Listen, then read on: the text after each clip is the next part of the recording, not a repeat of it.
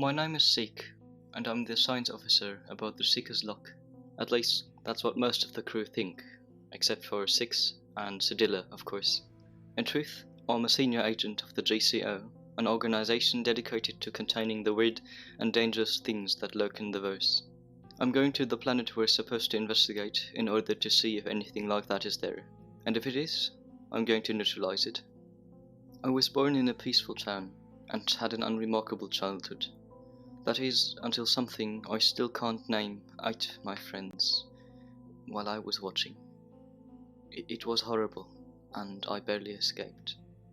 Luckily, the people in the black suits, which I later learned to be agents of the GCO, were there to rescue me. After learning what kinds of danger the verse harbors, I couldn't go back to my old life. I went with the agents to become one of them. After becoming an actual agent, I was tasked with hunting down a creature that ate memories. I managed to do it, but I had help. I met Six. He's a Vect and crazy good at fighting. He's also my best friend. We joined up and took the thing down. Became a team after that. The third one to be added to our little team is Sedilla. She's a proper weird one. Don't get me wrong, I like her, but she's a bit too enthusiastic about things blowing up sometimes. She built most of my weapons for me, and they have yet to fail me a single time. Stardate 41815 Mark 1. My name is 647. It has now been 382 of your Earth days since my production was completed by my foundry. I suspect something went wrong at the end of that process, however, since no programmed orders were designated for me. For some time, I wandered the known galaxy, completing jobs as necessary to ensure my survival. After some months, I was tasked with hunting down a large male jackal bear in the mountains of the southernmost continent of Tovorash. It was able to surprise me and might have killed me had Zeke not intervened. Zeke is a fascinating person. He has great purpose and desires to use his skills to protect people. I have decided to align my course with his, as my skills seem appropriate for such an admirable mission. Perhaps someday I will understand the purpose of my existence.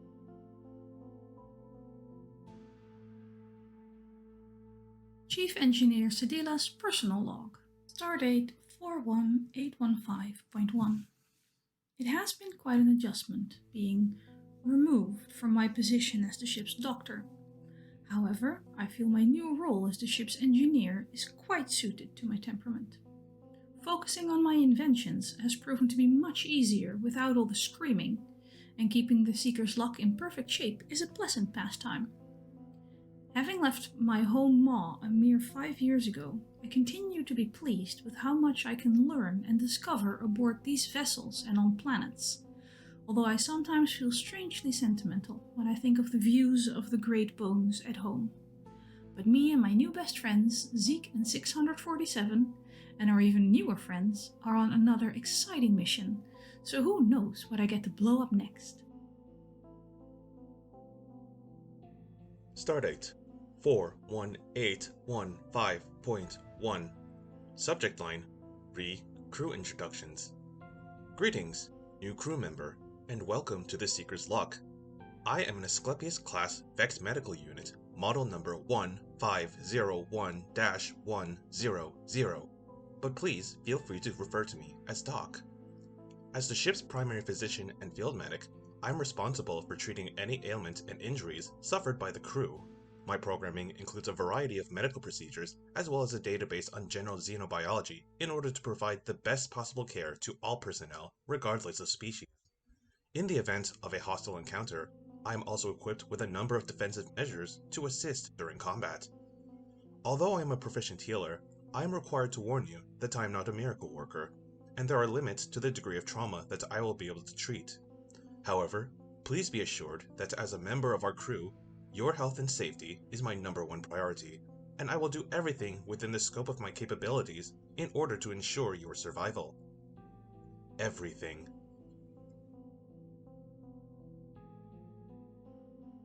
Enter password. Password, buttface. Accepted. Opening encryption. Stardate 41815.1. Beep. Fuck me. It's been a goddamn day and I haven't had a single chance to so much as tap my ass to a seat the entire time. I'm so used to running with a bunch of mess, but this bunch doesn't even so much as stop for a biscuit and a hello before zip, they're across the goddamn galaxy. Anyway, hello Log. Been a while, little thing. You keeping all my secrets safe and close to heart? Good, because I'd hate to have to gut your little insides. I'm joking. Plus, you're an inanimate object, so you can't really understand. Actually, are you? Should I be worried? Did I say something insensitive? Anyway, not much to report except I'm fucking tired. Doc ain't, but he wouldn't be. He's still zipping around, taking care of the wounded from the last mission. Apparently, some folks didn't see a grenade, and well, boom goes the dynamite. And their limbs, I guess. It's a pretty common event around here. I mean, even for us, this crew's a bit mad. There's a former doctor, I guess. I'm not really sure the story there. But they have a goddamn bazooka. A fucking big old blaster 3 times the size of him. I swear, from here to the homeworld's moons, all 14 of them. It's a little goddamn excessive, if you ask me. Ridiculous. Superfluous. I'm so fucking jealous I could wee. Imagine if I had that. I'd just fucking boom all my problems into the void. Just like that. One big old blast of freedom. Do you reckon she'd let me borrow it? And return it? Of course. Totally. Definitely. Maybe. Anyway, talk later. End transmission. The verse is a constantly shifting, changing network of stars, planets, moons, nebulas, and dead magic zones. The black fills the space between all of these things, connecting them like small parts of an immense, ever-expanding whole. In the verse, magic and technology are one and the same. Arcane skills have developed so far that they are hardly recognizable as magic anymore. All of technology runs on magic. Well, almost all technology. And in the constantly shifting verse, Dead Magic Zone Delta recently spat out a new, previously unexplored planet, currently being called A27-3. Factions from all across the verse have taken interest in this planet, some for research purposes, some looking to expand empires, and others for more nefarious reasons. The crew of the Seeker's Luck has been hired by Astrogations Inc., also called AI, to work security for their team of researchers, diplomats, and cartographers currently en route to A27-3. The crew may find themselves on the cutting edge of scientific research, or in the middle of a war zone, depending on who gets to the planet first and what they find there. But only time will tell whether or not they're going to survive.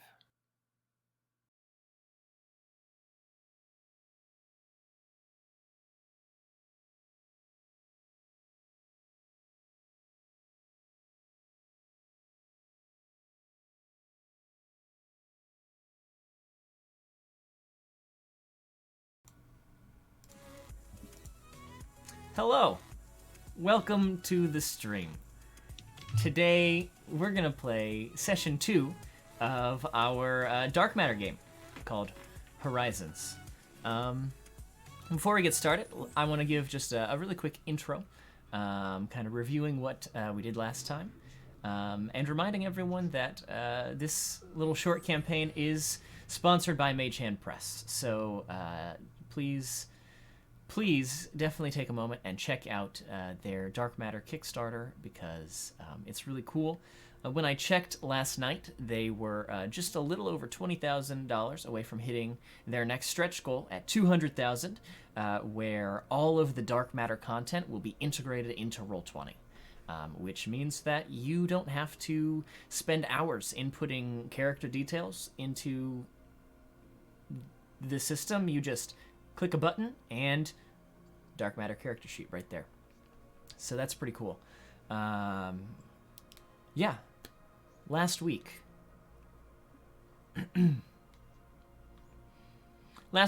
the crew of the Seeker's Luck was en route to a new planet entitled, goodness gracious. Look at this. I've already forgotten to look at my notes. A27-3. The planet is called A27-3, which recently just emerged from Dead Magic Zone Delta. You are acting as security for the Acuity, a ship with a science mission to discover things here on this newly surfaced planet. So you used your ship, the Seeker's Luck, as kind of the landing vessel to head down to the surface of the planet with a team of scientists and researchers and some diplomats and one cartographer, because why not? Upon reaching the surface, you did a little bit of initial exploration before going to check out the source of a light inside a massive mountain. Inside, you found that there is an abandoned city, and there is this archaic magic that resembles the type of thing you might find in, like, a D&D game or something. It's old, it's ancient, not anything resembling the technology that you would use nowadays, which is, of course, all run on magic, but the nice thing about magic is you don't even have to think about it. Right now, it's just you push a button and it does the thing. Kind of like computer programming in a way. You did a little research, found something a little bit concerning that Professor Firestone, the ancient civilizations expert of the science team, told you about some kind of parasitical life form that you believe may potentially have led to the downfall of this city. The details aren't quite clear yet, but that's where we're picking up. You have traveled back to the Seeker's Luck, presumably to kind of bunk down for the night, get a little bit of sleep, and to let the research team take a look at a handful of the books that you found. Have I missed anything? Anything critical that y'all would like to add? We know there are 3 ships. I think it's 3 ships that are on their way to the planet in another day or 2. Yeah. Yeah, and a few more behind those. And also an ice grenade. That was fun. There was a grenade. There was a Very grenade? little to do with that grenade. Oh, absolutely nothing. Nope, not me. Okay. Well then, I think let's go ahead and pick up. What would y'all be doing at this point? You could easily call it a night, but there's just so much to do, and sleep is for the weak, right? Remind me again, did we make our way back to base camp? Yes, we are going to pick up as you return to camp. That way we don't have to, do a couple-hour montage of walking through a foreign planet. I mean, that's what I signed up for, but it's fine. If you'd like to do the montage, we can. It's just not as exciting as... Not again. It's all about a montage! We need snappy 80s music. Start jogging in place. No, I just want to check the engine. Yeah. Make sure. I've also heard ships are coming.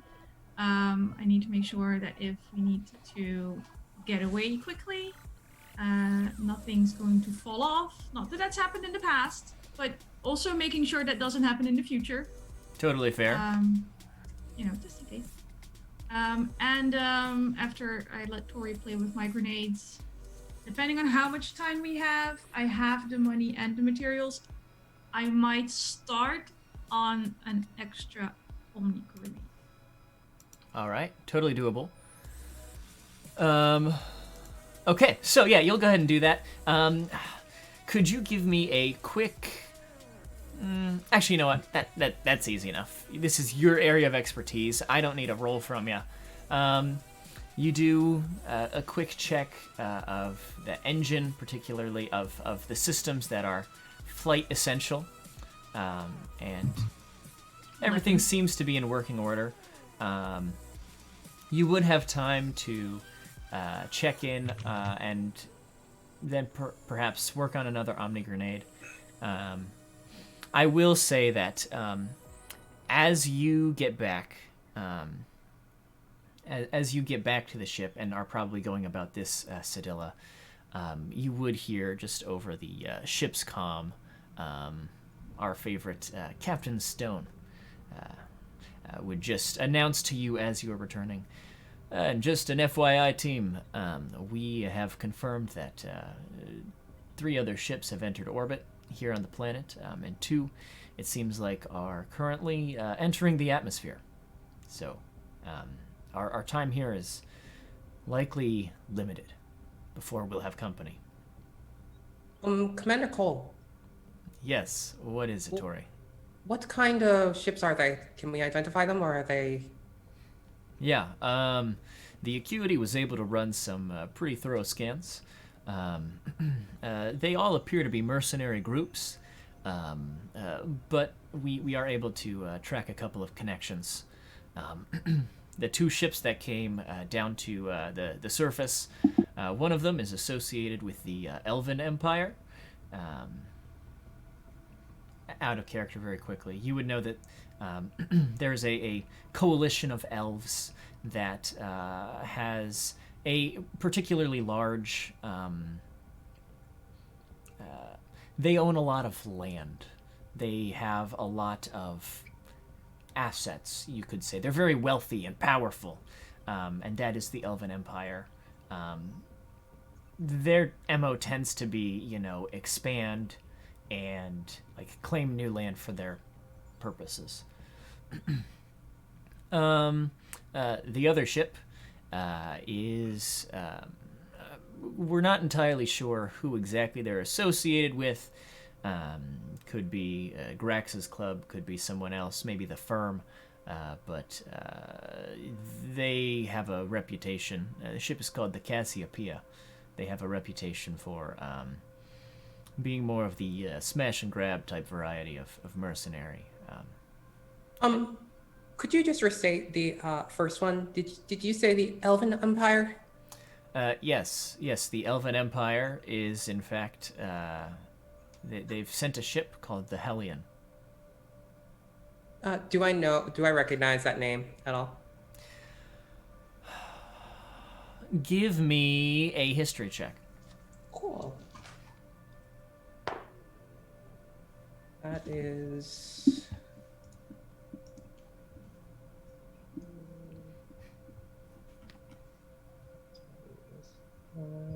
sorry. That is a 15. Okay. I think... With that, you would probably have heard the name in passing before. I don't know that you would know a whole lot about the crew, but you would know that the Hellion is one of their kind of front runner type ships. It's a scouting type of vessel. This is a light cruiser ship. So it's going to have...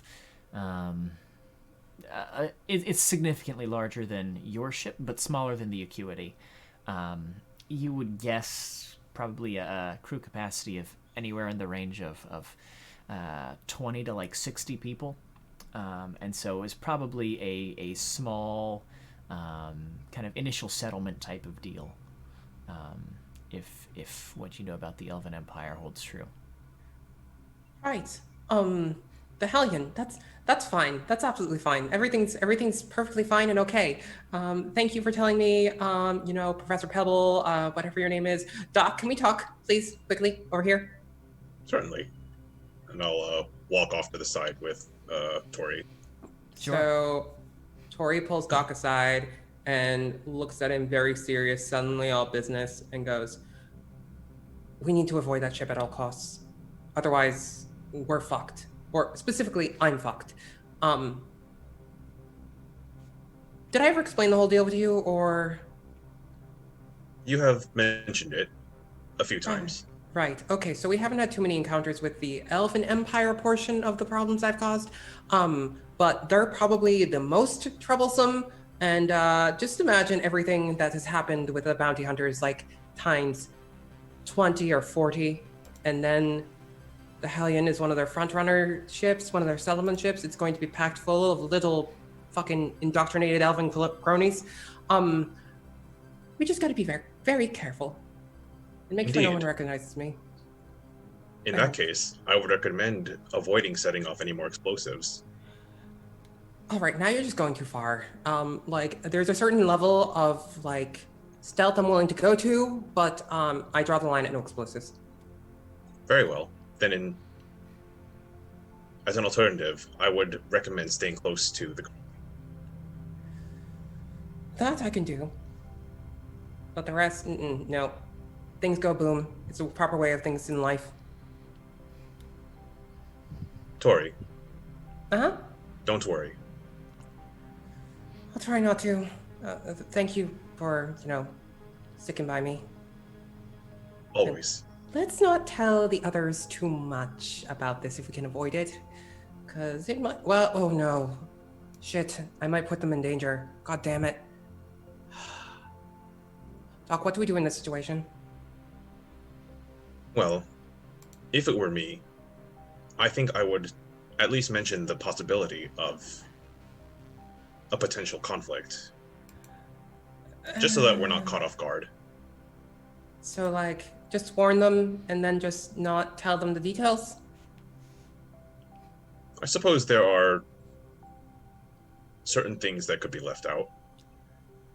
Like the fact that I abandoned the Elven Empire and everything that they represented in the Psionic Order to, become a mercenary, and they've been searching for me for about 100 years now? If that is what you wish to keep to yourself, A little bit. then yes, Just I a think that will little do. bit. Okay, right. I can do this. I can totally not blurt out everything at once. I am a trained, hardened mercenary with, a perfect poker face.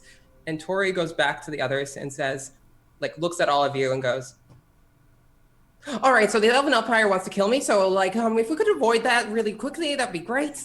They really want me dead or captured or put in a prison cell or tortured or whatever. But, I mean, that's fair, but any particular reason? Well, so the Elven Empire doesn't really like it when you don't want to be a part of the Elven Empire, and I'm not a big fan of the whole, serve the greater good by being a little, worker bee and all that shit. So I was basically, you're assigned your lot in life, and you become a certain specific type of elf. It's very weird, even to me. And then they sort of put you in a position where you will be suited based on that. And I was sent to the Order of Mossstone Scions, and I don't know if you've noticed, but I'm not very monk-like. I had noticed. Yeah, so I ran.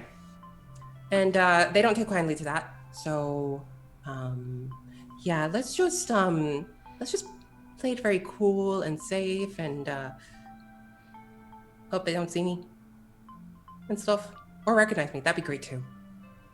Oh, I can totally graft things to you so they'll never recognize you again. That's an option, but maybe just wait a bit. The offer let's stats? wait and see. I already have some tissue samples. I'm already growing some things. Just let me know when to hit the button. As he's vaguely concerned, Tori say, should we run into these people? What exactly would you want us to do? Is there any room for a diplomatic approach? There is if they don't recognize me, or if their mission is more important than any recognition they could have. It's been, elves have long memories, but I might not be a priority, so they may not even think of it. Did you kill anybody important, or did you do anything? I've killed lots of people. Some of it for them, so I don't think that's really a problem. Any they particularly care about? Not that I know of, unless I accidentally off someone on the way out.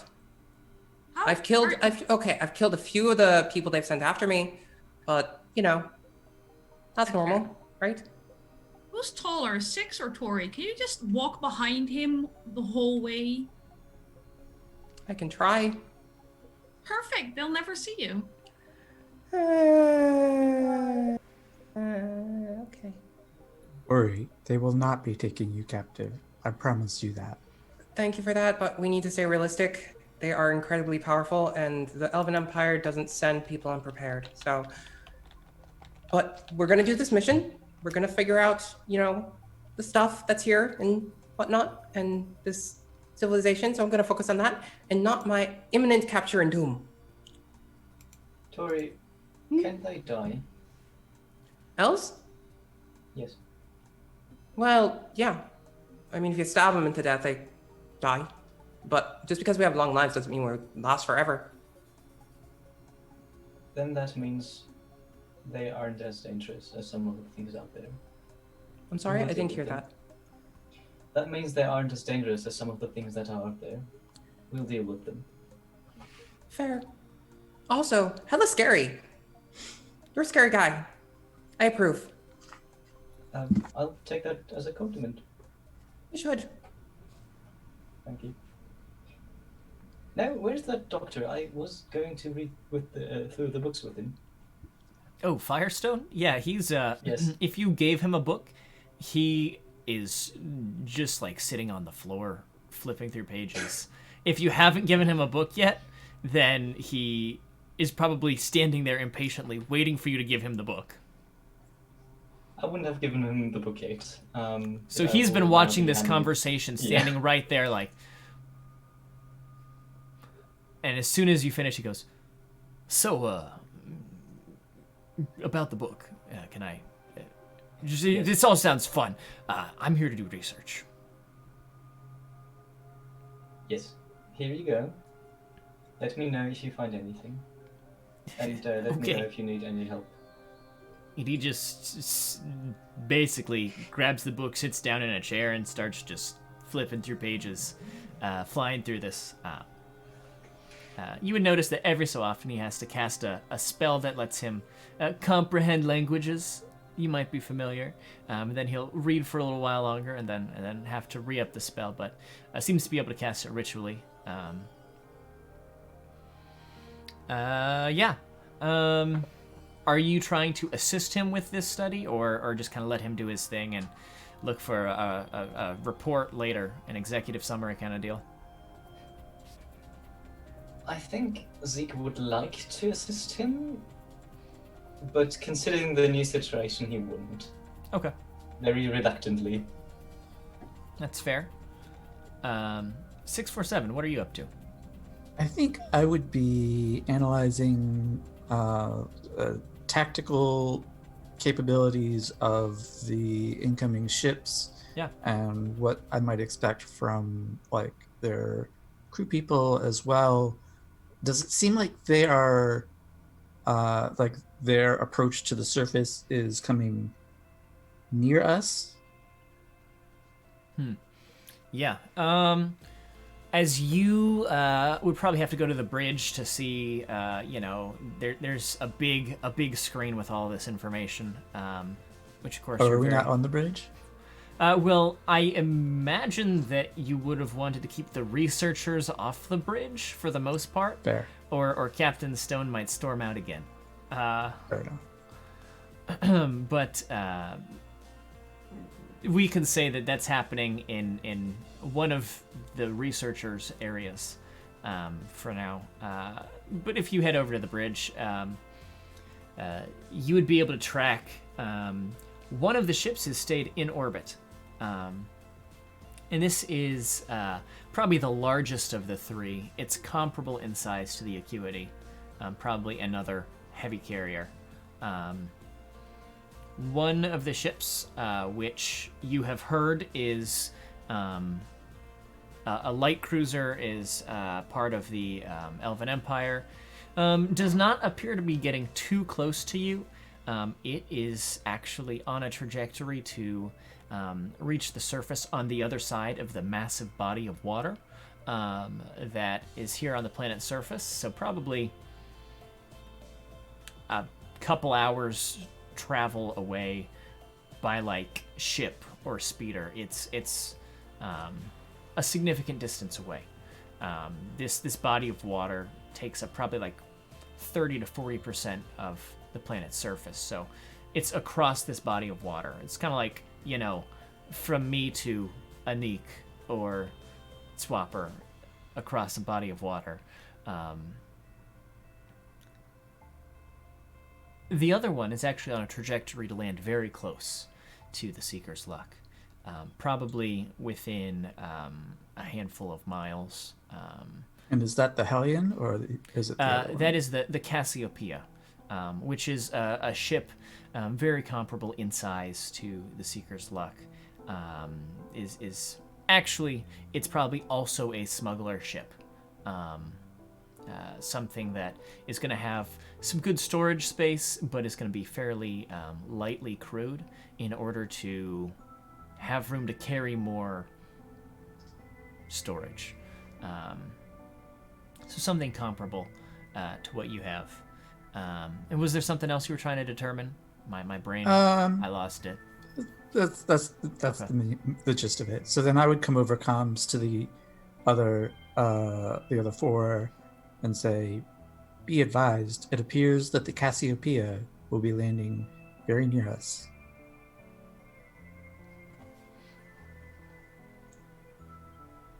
Did Should we our greet them? brief say anything about being nice to other people landing here, or did it say anything about exploding other people landing here, or were they neutral about other people landing here, which leans towards exploding people landing? Your mission is to keep the science and research team safe.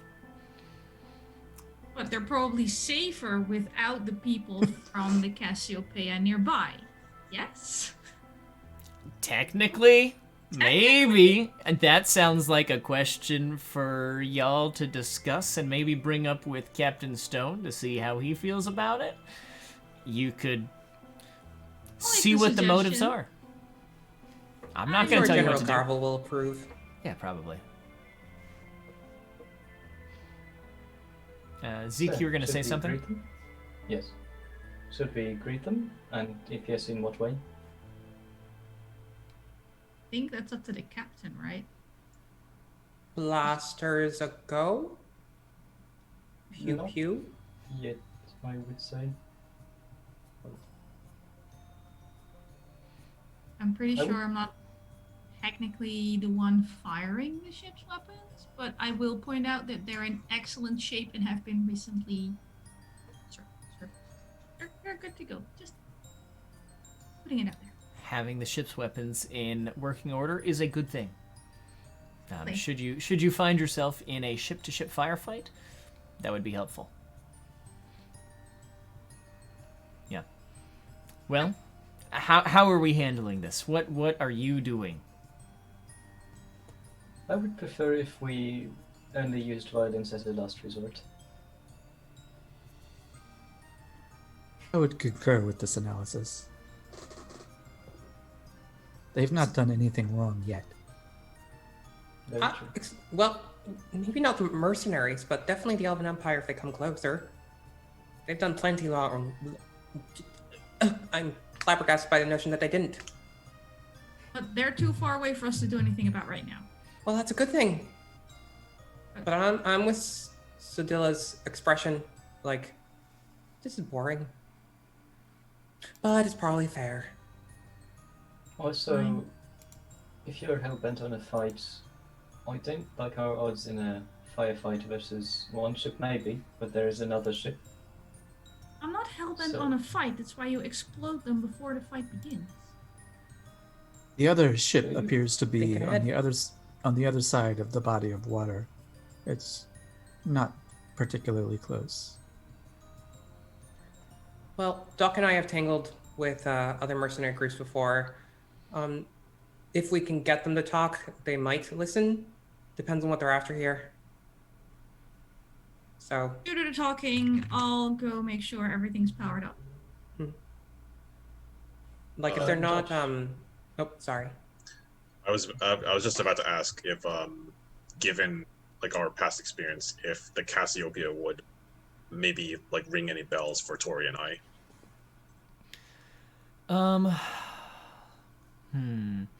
Remind me what organizations you've worked with in the past. I have that right here.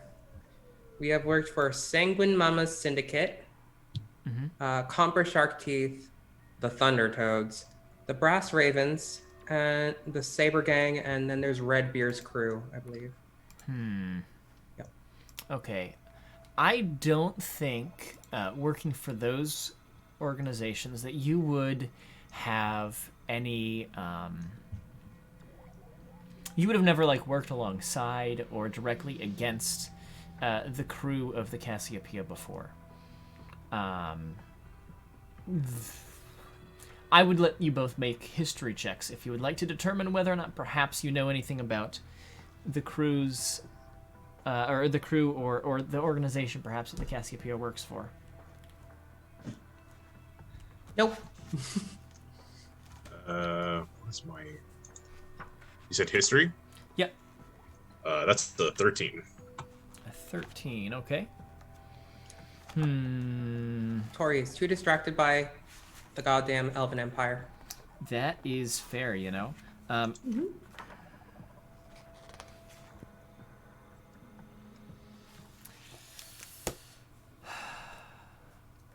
For some reason, Doc, you feel like the Cassiopeia might be associated with the firm, but you can't recall why.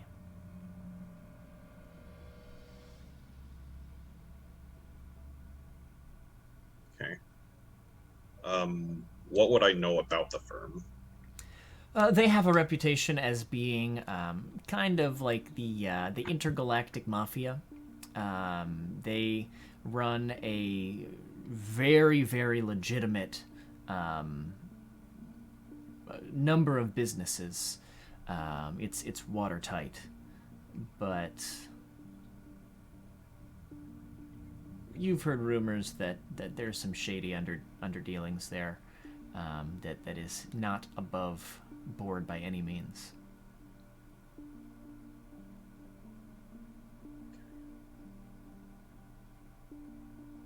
All right. So, hearing this discussion about like how we might potentially respond to these ships being around, if I may, perhaps it would be in our best interest to start with diplomacy first. If my hunch about this ship is correct, responding with violence may end up poorly for us in the long run.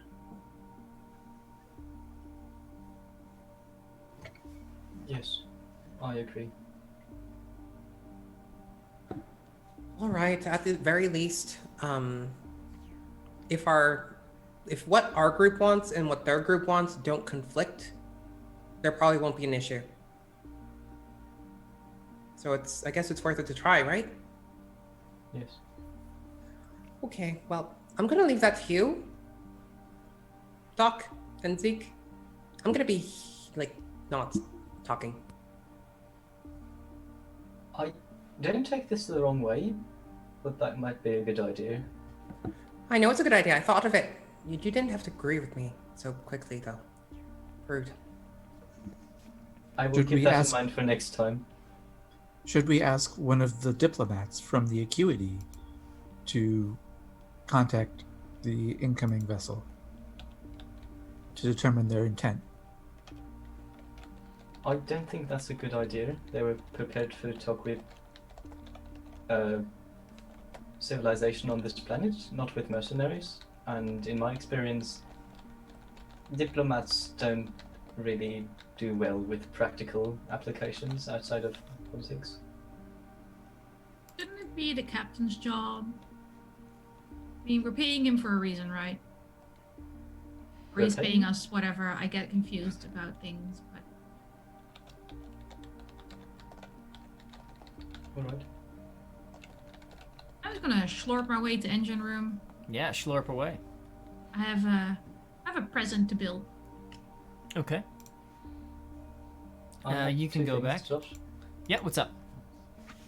I would like to ask you, what is the stance that intergalactic law has on this particular thing? Like, finders keepers, or is there just no law at all? Or Yeah, so, and that's where it's tough because there isn't like a single governing body for the entirety of space. And so, like, planets that are within one area, right? So, anything that is ruled by the Elven Empire, for example, is gonna follow Elven Empire law. But if you found yourself instead somewhere else with the Avia Ra people, perhaps, they have their own civilization that is going to have an entirely different set of rules. And there's not a single governing body to hold any kind of unity between these different factions. That's where most of the conflict that you'll see in space actually comes from, is there isn't any one entity that everyone is beholden to. So if Group A wants to attack Group B to take their stuff, the only ones to stop them are Group B and or Group B's allies, if that makes sense. I had feared that. So- The second thing would be, I would like to search the ship and the people of the ship for some very good booze. Oh, don't you worry. The ship is well stocked. That is something that I'm sure you would not have forgotten. What's your poison of choice? I, as a player, have no idea, so I'm going to pick wine. Yeah. Some wine, galactic wine, astral wine. You find a really nice Gnomish Shiraz. It is a kind of a dark red, a little bit sweet. It's delectable. Perfect. Yeah. Okay. What else are we doing here? I would have brought the mold sample that I took from the deserted city to the lab that's Yeah. been set up to Yeah.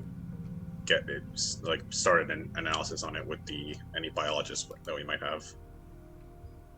Okay, yeah. So yeah, you'll throw that. I'm sure you've got a piece of equipment that can give you some basic information about that. Give it 20 minutes. Technology has advanced pretty fast. The time it takes to wait for like test results is it's snappy. It's quick. So you'll throw that in the machine, and a little bit of time has passed. And is there anything in particular you're trying to determine from this as I ask before giving you some information? Mostly, like, is this mold, like, dangerous in any way? Like, can this be, like, can we be around this without, like, safety equipment? Sure. It does not seem to be toxic. At least not to, well, it's definitely not toxic to you. It doesn't seem to be toxic to biological life forms either. It seems to be carbon-based, so nothing abnormal. And it is pretty much dormant at this point. Like, it's not doing anything weird, but doesn't set off any alarms that you're concerned about. It seems safe. I wouldn't recommend eating it, but seems relatively safe. All right. In that case, I will leave the science team to, like, study it and see what they might find. Yeah, they'll go and noodle away, have some fun with their fancy things and equipment and who knows what else. I don't know science lingo. It's fine. Okay. So, since no one else has, I will raise Captain Stone on the communicator. Would you kindly contact the approaching vessel and determine what their intent is. We need to know whether they are friend or foe. Of course. Would you like to listen in on the transmission, or shall I just let you know what we find out? Certainly, I will listen in. All right. So, a moment passes, and you're hearing this in your comms, unless you're still in the, command deck, in which case you're there. You're watching as he, hits a button and hails the ship. Oh, is he on our bridge? I thought he was still on the Acuity. No, Captain Stone is on your bridge. He's kind of holding down the fort here with the pilots and the gunners on the Seeker's Luck. Yeah, this is his ship. I would be on the bridge then, so we would Perfect. be having this conversation directly. Yeah, of course. Let me give them a quick call, and he'll walk over to a console and tap a button, and it'll pop up like big holographic red letters like dialing, and then a moment or two passes. It seems like the other ship has picked up, but is not transmitting anything back. So he'll start. This is Captain Stone of the Seeker's Luck here on official business from AI. Please state your business and what your intentions are here on the planet A27-3. Moment passes. And then eventually, you hear a woman's voice coming back through, saying, "This is the Cassiopeia. We are en route to the surface to do some initial research in terms of what technology and resources might be available here on the planet. Feel free to disregard us."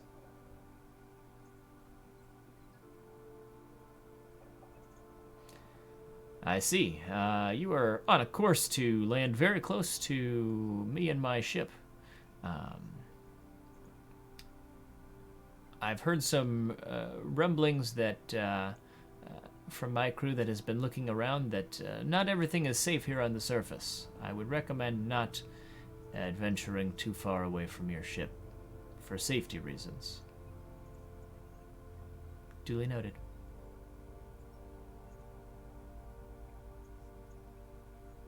And the line cuts off. Very well. Thank you, Captain. I will continue to observe. Okay, sounds good.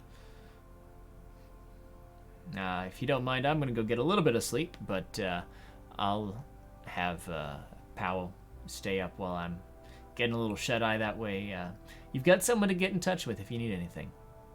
Of course, sir. Perfect. Thank you, Six. And he'll head away off to where his chambers are to perhaps get a little bit of rest. And I imagine I would just monitor their approach until they have landed and are clearly not approaching us. Sure. Yeah, you give it an hour or two, and they'll have landed probably about 10 to 15 miles away from your ship. So not too close, but within a day's walking distance, or a very short, hover over. And so a moment or two will go by. You can see on kind of an initial scan that it seems like they've got people leaving the ship, walking around, but you're not able to tell much else as to what they're doing without being there close enough to see them.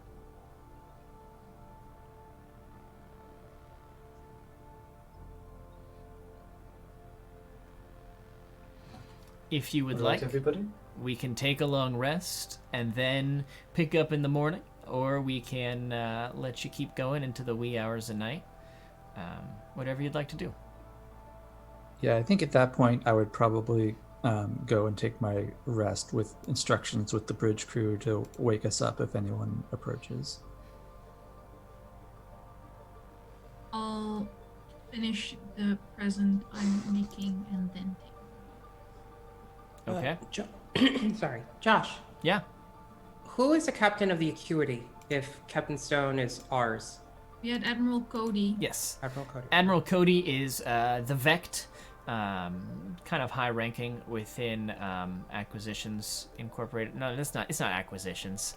Goodness gracious. Wah!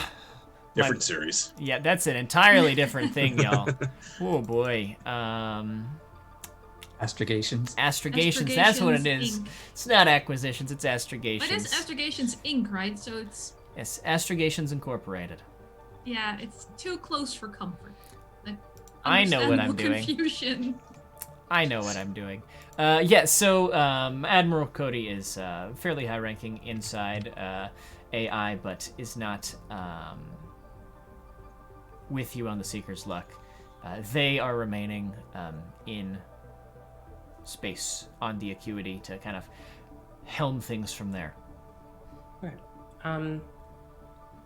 Can I go to the bridge and ask Captain, whatever Boulder, to put a link to the Acuity? Sure, absolutely. Is this in the morning or before? Oh, it's at night. Oh, okay. So, all right. So, as you go to the bridge, he is not there, but the pilot, Powell, is there and could feasibly do that for you. Hey, Hal, can you put a link through to the Acuity? Yeah, sure. Give me just a sec. Thanks so much. Kind of click a couple of buttons and then kind of kick his feet back up and go back to playing some kind of game on his data pad as this link is opened up. A moment goes by, and then you'll hear the voice of Admiral Cody on the other side. Hello, yes, this is Admiral Cody. What have you found?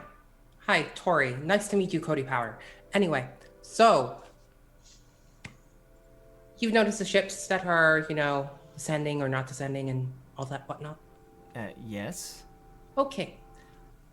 What kind of armaments do you have on the Acuity? Well, we have a variety of weapons and Okay, cool. Well, good. shields and If you other could things. just aim those or aim your scanners to watch the Cassiopeia, just in case something goes wrong, I'd appreciate it. Sure. We can certainly keep an eye on them. Are you expecting trouble? Always. Just be prepared. Oh, also, the Elven Empire is dangerous. Just be careful. Well, I'm aware of the reputation that the Elven Empire has, but... The reputation does nothing for what the actuality is. Take my word for it. Bye! Okay. Cuts the link. As Admiral Cody's voice trails off into the distance. Hey, Hal, why do your parents name you after the sound a dog makes? I'm bored, and goes. You don't even hear a response. There isn't a response. Powell just gives up. He just gives up. Or he has that effect on people. That's fair. Anything else we would like to do? Shall we take a long rest? Shall we, It's up to you. I'm not going to stop you from doing things, but at some point you may want to sleep or we'll start taking points of exhaustion. I think I'm good for a long rest. Zeke just said he doesn't take a point of exhaustion if he stays up, so I'm just gonna set a little alarm to wake him up every half hour, see if that's true. Okay, I like that, Sedilla. Just have my nanobots fly into his room, pick him in the forehead, fly back, see what happens. Okay, a science experiment. Yes, exactly. If I he's don't like going this to experiment. postulate such things, I need to know if it's true. Okay, so... I think he's the first satyr I've ever met anyway, so there are just general experiments I need to do. And this seems like a good place to start. So, if everyone is calling it a night, Zeke, about 30 minutes into your rest, a little nanobot, you would recognize this as one of Sedilla's, comes into your quarters. You've got a little bunk that you're sleeping on, and the little bot comes in, and you are woken up as it kind of baps you right on the forehead and then flies away.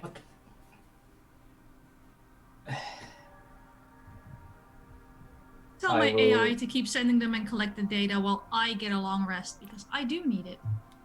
Of course, we could do that. Perfect, will thank you. Go to Josh, somewhere else. Yes, Tori. Is there anyone watching the outside area of the ship to make sure no one sneaks up on us? So I mean, Powell is in the bridge with the scanners. You could perhaps make a request of the gunners on your ship to, keep an eye on things while the security team rests. I had left instructions for them to watch the Cassiopeia. Perfect. 6 is already on top of it. Thank you, 6. That's all for me. I'm going to bed. Sounds good. I always assume 6 is on top of our security. Never let us down. My bots are set to track Zeke, so if he says I'm going somewhere else, that's perfectly fine. They have a 30-foot movement speed around. Okay. Anik, is this the first time Sedilla would have done this? To Zeke, yes. To other species she'd never met before, no. Okay. But before that, she would have them in the medical bay, and she'd call it a sleep experiment, and she'd put it in their little medical file. Just, make it look legal. Yes, Captain Stone is irate when woken up every 30 minutes. I mean, it is duly noted, perfectly logged, and it has the recommendation to let him sleep 8 hours a night unless emergency prevents it. Okay. Actually, most crew members have a similar note, but not all of them yet. Gotcha. But I no longer have full access to the medical bay, so my experiments have slowed down. That's fair. But tonight, we're experimenting. Zeke, what are you attempting to do? What are you attempting to do to prevent this, if anything? Well, first of all, I instantly recognize this as Sedilla's work, if my natural 20 is anything to go by. That's fair. I probably wouldn't do anything about it. I just would wander off into where I presume Dr. Firestone, was it? Yes. To be. Oh, he is still eagerly reading. Basically help him with his work. If I don't get to sleep, then, well, might as well be productive. Okay. And do you not take exhaustion, the point of exhaustion, if you don't get a long rest? Of course I do! Okay, good. You lying liar! Good. That is what we need to know. I never explicitly stated I wouldn't. I just made a little All question. right. I love it. Exhaustion makes everything so fun. Yes, you can go and help Firestone. He's power reading through this one text that you've given him, which seems to be some kind of historical document. You could perhaps take a little time to flip through one of the other books. And he would actually, believe it or not, he would loan you a pair of spectacles that he has, which have the comprehend languages spell cast upon them, so that when you wear the spectacles, you can read any language, so that you don't have to try to cast the spell on yourself, and can of course, flip through in his quarters. Yes. Yes, and you can read through one of the other books if you'd like. Now that you can read the titles, you can tell that one is kind of describing the magical studies of this people. You can tell that one is like a basic like health science book. One is it actually appears to be like minutes from town meetings. And then there's one which kind of actually piques your interest a little bit in terms of talking about theories of powerful magic, things that are exploratory in nature and by no means, at least for this civilization, like actually something that you're capable of. But it seems interesting. Yeah. Zeke basically works through that the entire night.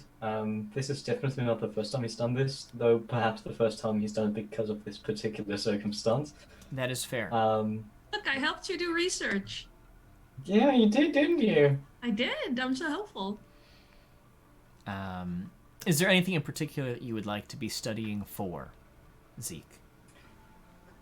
You definitely piqued my interest with the magical crystal things. So I would definitely be studying that in detail, especially the magical aspects. Like, how is this even possible? The only things that we thought were able to do that, and so on and so forth. Yeah, so you'll spend a greater part of your night doing some basic research on that. Could I get you to give me an intelligence roll? All right. As you're kind of piecing together maybe how this is done. Everyone else, Am I you're already sleeping. exhausted? I think you'll take the point of exhaustion at the start of the next day. That's when Okay. I'll give you no That's disadvantage on 40. this roll. 14? Yeah. Okay, I wanted to be sure that you didn't say 40 because I was gonna ask. I was gonna ask I how have you had ludicrous broken it. bonuses.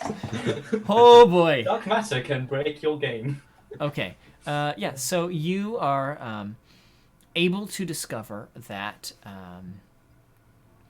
this civilization was able to effectively enchant these giant glyphs with a permanent light spell, and so it took probably a month or so of time for them to carve this glyph in and then cast the light spell manually into these glyphs repeatedly. But the effect was that it became permanent after an extended period of casting the spell into the glyph, which, because of the nature of the glyph, allows it to hold magic. It effectively acts as like a storage chamber. And so when you cast the magic upon it repeatedly, it holds it. Is there anything else in particular you're trying to discover? One very specific question that just occurred to me. Is it possible to raise plants with the light of that glyph? It's not exactly sunlight, Okay. but your recollection is that it was fairly bright. You could probably raise some plants with it. Maybe not everything, but some. Yeah, that's it, I believe. All right. So after 4 hours, my rest would complete, and I imagine after checking on the tactical situation, I would have probably checked in on Zeke, or if I was assuming he was sleeping, I don't know. I would have been probably taking a round of the ship at least. Yeah. Would I have noticed Zeke and Firestone? Absolutely. I mean, you knew where Firestone was, and he's like, Removed at all. like he's just immersed. So a couple hours go by, and then Zeke, you see a 647. Sir, have you not been Oi. to sleep yet? How late is it? I tell him the time. Insert time here. It's the equivalent No, of I haven't. 2 a.m. in space. No, I haven't. I have research to do. Also, somebody woke me up. And I took that as a little sign. Somebody woke you up. Yes. One of the Didn't crew. think about it. Yeah, they were just playing around, the usual way of theirs. Would you like me to stand guard so that you can sleep? No, thank you. That's not necessary. I think you have better things to do. Also, this is really fascinating. They right, you. Right. As you wish, sir. Anyway, returning back. Thank you for checking in. And I would You probably went go back to to the studies. village at that point. Sure. We'll say that the night passes. You are able to get your respective long rests or lack thereof. And then eventually, everyone is awake again. The sun is already up. I think I mentioned last session that the cycle of light and dark is a little bit off on this planet. So it was only dark for about 4 hours, but it is fully light by the time that you are all back awake again. At this point, I think Six, you would get an update that the scanners from the Seeker's Luck, particularly Powell, has noticed that a couple of individuals have left the Cassiopeia headed towards the mountain.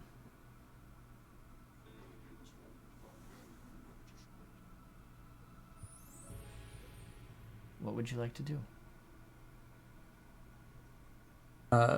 So when the rest of our crew, the 5 of us, are up and about, I would just inform them of that. Yeah.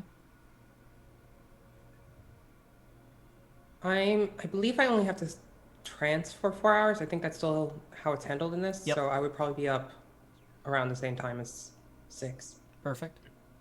I would also have gotten up around the same time. So y'all are just chilling, watching Zeke not sleep. I need 8 Very hours and apathetic. I'm asleep like a baby amoeboid. Amazing. Actually, if I notice that Zeke is still awake after I wake up, I would probably be like, Zeke, Yes, you have to sleep. I do. You do. I know. I can get it one day without sleep. It's fine. No. You misunderstand. Do you know what happens when you don't sleep?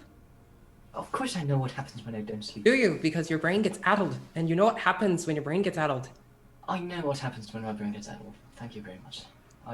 Okay. Well, basically, you're relying on me and the others, like Sedilla, to keep you safe from whatever that parasite thing is, because you'll be caught unaware. As long as you're okay with that. I can. It's fine. It's fine. Mhm. I'm not much used in a fight either way, and my brain still works. So. All right. So Sedilla has a This is few a cognitive important tests she wants to run in the morning. Okay. Sure. So it's easy enough to We can find do them Zeke. while walking. It's like Yeah. like when people are doing adventure racing, there's little cognitive tests you do on the road to see if they need to be pulled off the trail or not. Right. Right. I just So have little flashcards. yeah, of course. Throw him something, see if he catches it. Yeah.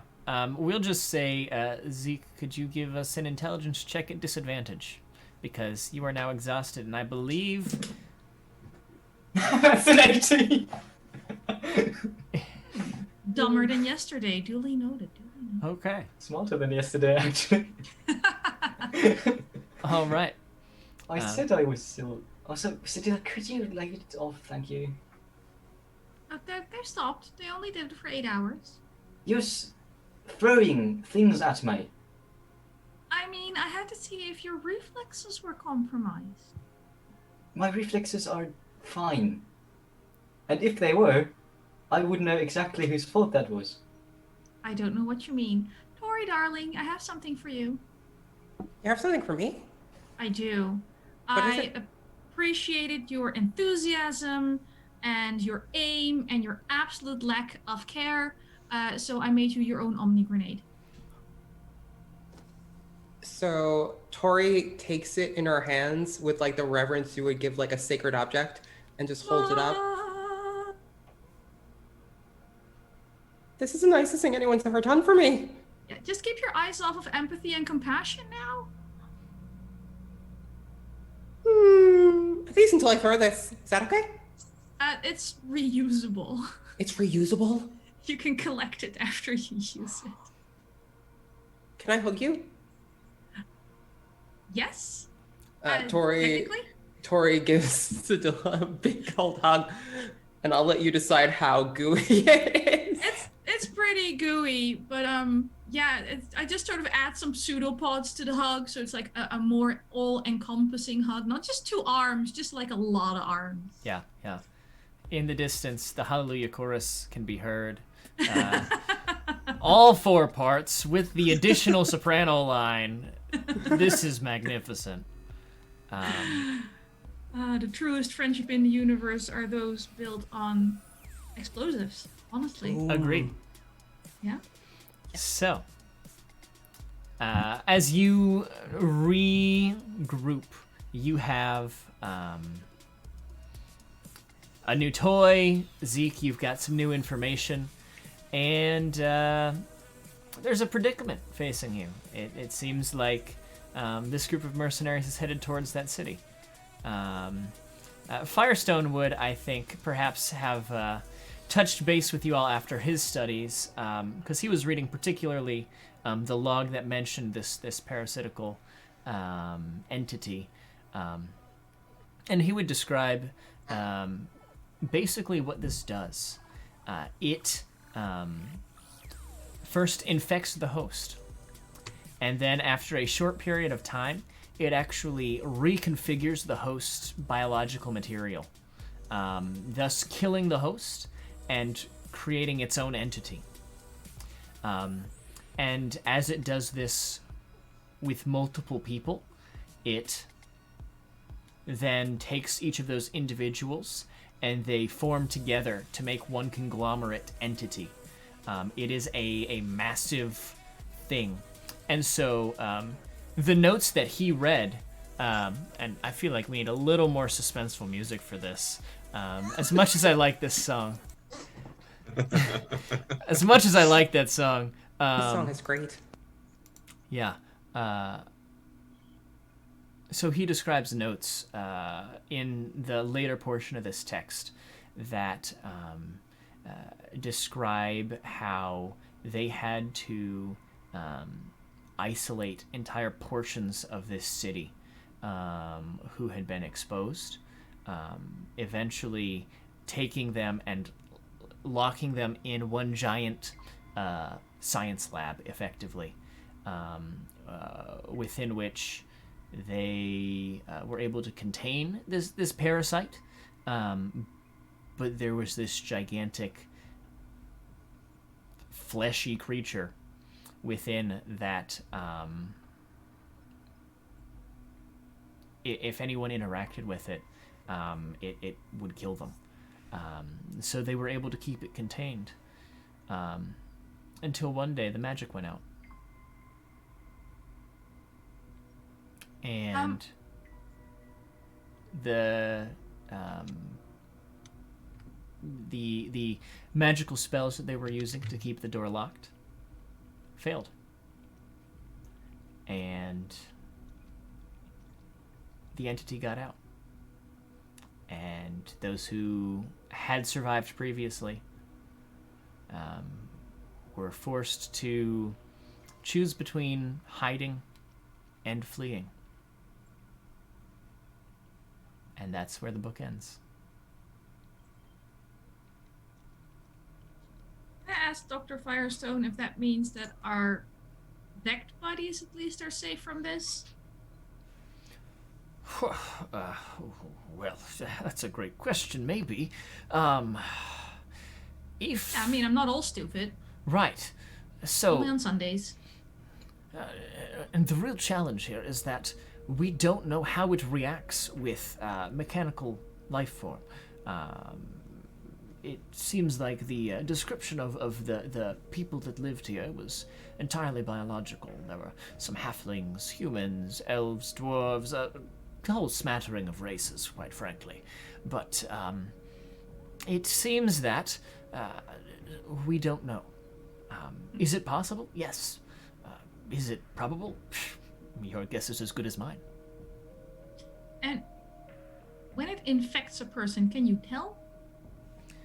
It seems like it happens on contact. If there is any residue of the entity that remains on your person, it is enough to cause problems. I would recommend we not interact with this wherever or whatever, or even if it's still alive, it should be avoided at all costs.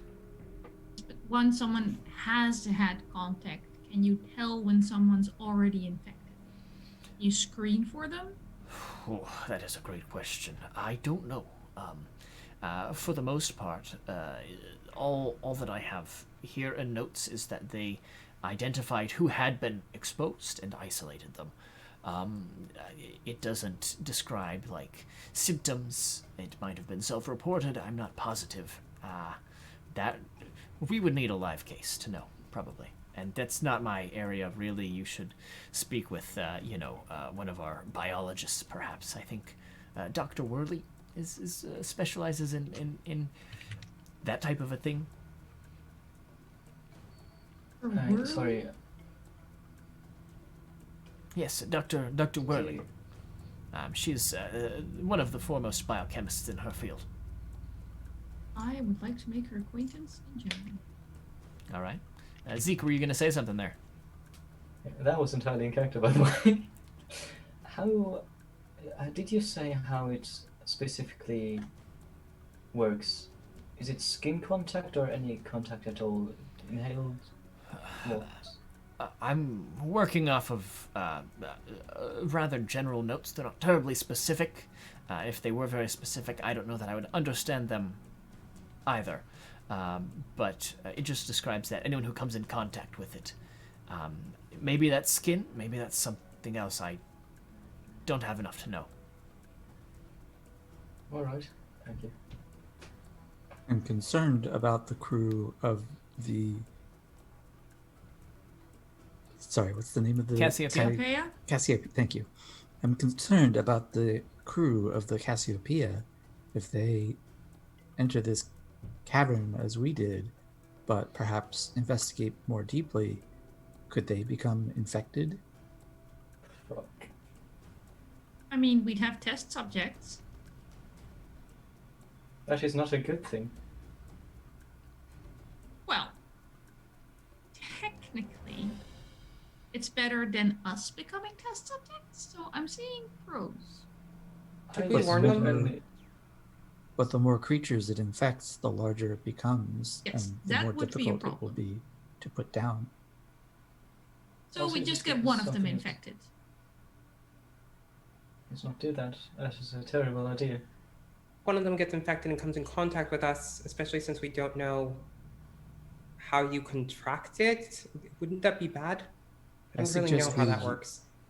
I suggest Counterpoint, we if go... we try warning them, are they going to believe us? Well, let's just be Fair. persuasive enough, eh? Speaking of, do we have any chance of meeting that thing before it arrives at the mountain, Captain? 647 would know that based on where they are, you would have a chance to cut them off probably right at the entrance to the mountain if possible. If you left immediately, you think? We can leave if we can catch them if we leave now. Then what are we standing around for? Were we I would- bringing Dr. Firestone this time? That was he was I would insisting not on recommend yesterday. I was against it yesterday. I almost got overruled. I'm asking now because you all wanted him with us yesterday. I think it would be more important to maybe let the biologists look around, or if we have any samples, give it to her, right? I don't Yes. think they should come. Agreed. Perfect. I know that I Everyone's on disagreed board. yesterday, but I agree now. Doc, do you believe that if you came in contact with this thing that you would be able to obtain a sample safely to bring back for the biologists? I perhaps could find a way to obtain a sample safely.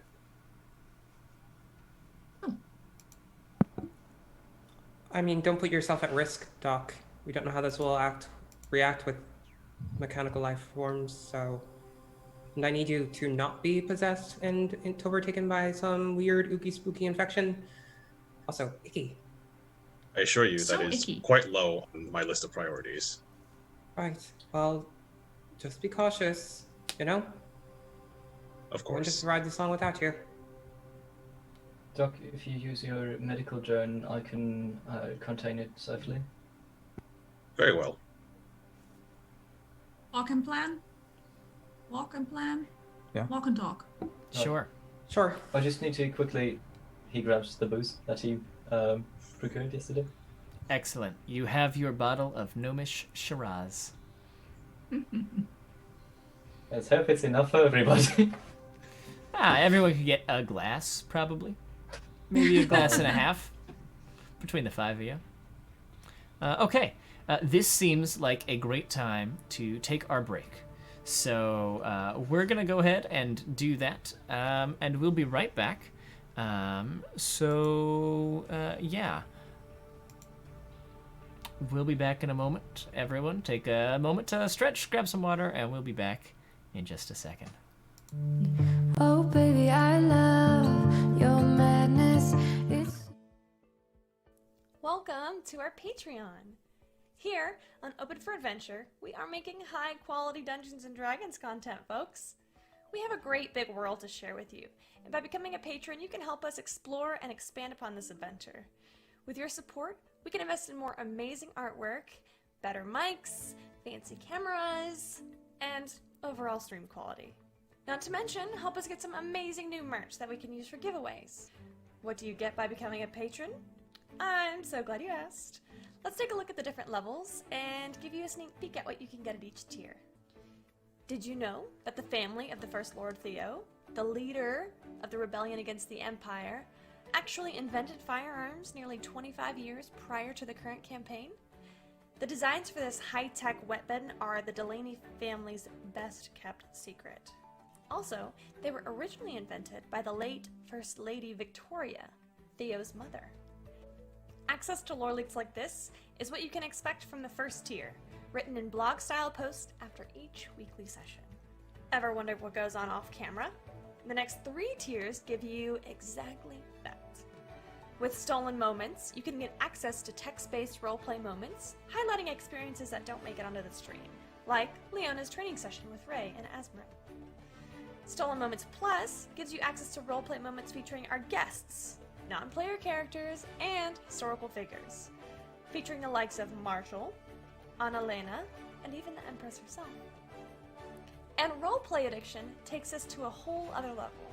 This tier gives you exclusive 30-minute videos of canon interactions not otherwise seen on stream, like late-night drunken interactions between paladins or tender moments featuring your favorite character ships. The Warm Fuzzies is super simple. It's everything I've listed so far, and also you get your name on stream after our weekly regular sessions. Every session. And our Undying Love. And finally, the most epic of all Patreon tiers. Drum roll, please. The Lore Master. This ultimate and final tier gets you first look access at all of the content going into our upcoming, official, Open for Adventure campaign setting. Lore, maps, monsters, items, dungeons, dragons. Go ahead, have a look around, make yourself at home, and consider becoming a patron to help us make this fantasy world a little bit closer to reality.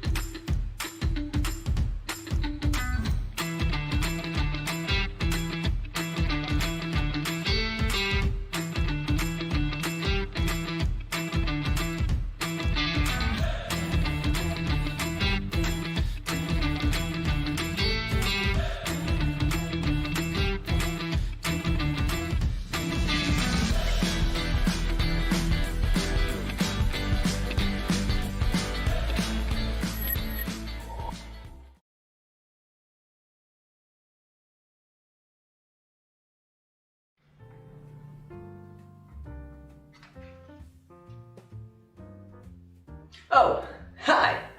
My name is Express Love. I'm the Senmarian god of coffee. Did you know that in Senmaria, every cup of coffee is made with found familiar coffee beans? That's canon. In Senmaria, every cup of coffee is good coffee because it's made with love by Found Familiar. Did you know that every bag of Found Familiar coffee features artwork from incredible members of the tabletop gaming community? That's canon. Each blend and roast of Found Familiar coffee features cool D&D names like Thieves' Cant, Face Step, and Pact Magic. In Senmaria, every royal meeting that Ray attends features the Cartographer's Blend, a brew of coffee made by Found Familiar in conjunction with Devon Rue. Now that's canon. Found Familiar coffee. Buy it today. If you're like me, you play 5e on the weekends. Roll dice with friends, order pizza, the whole 9 yards. But maybe recently you've gotten a bit tired of it. Swords, axes, and the medieval look are cool and all, but it gets a little blah, right? How many fighters and rogues can you really play? You need a change. You need some science fiction.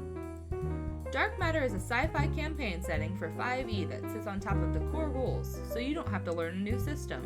It mashes up influences from Hitchhiker's Guide to the Galaxy, Star Wars, and Doom, with fantasy staples, so you can find yourself running away from space wizards or axe-wielding barbarians as you tear apart androids and aliens.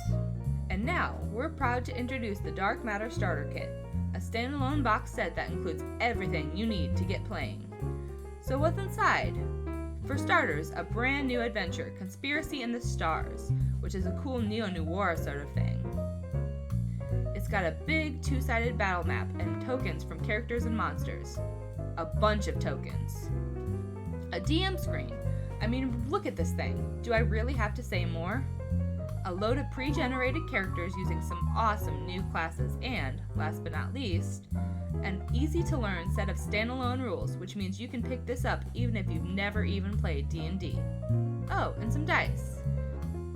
Go to magehandpress.com and back the Kickstarter today.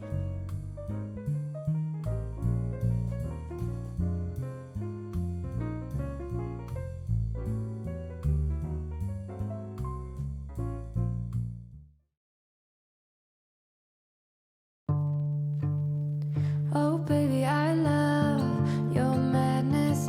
It's so incredibly beautiful. Oh, you shine like gold, so selfless to all, and wild like an animal. Some would say I'm insane in the right in a way, but I just love to play and you're fun and you games. Always hungry for more, that's just how I was born. Take me somewhere I don't know and give me your freedom. Whoa, you love me to pieces, yeah, I need it. Want your pandemonium, life is so easy. Whoa, you love me to pieces, yeah, I need it. Want your pandemonium.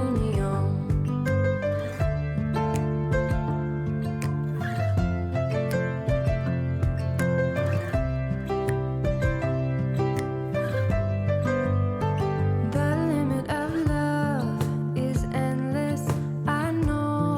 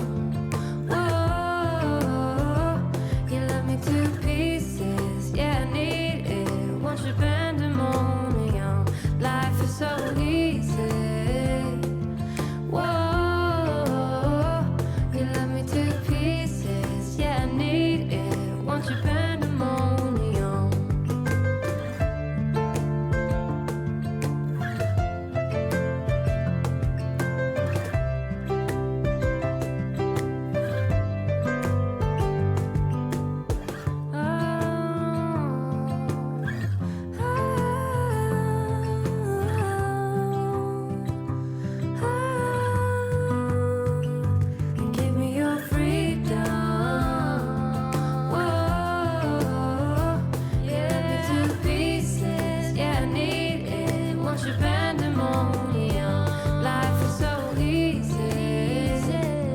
Whoa, you love me to pieces. Yeah, I need it. Want your pandemonium.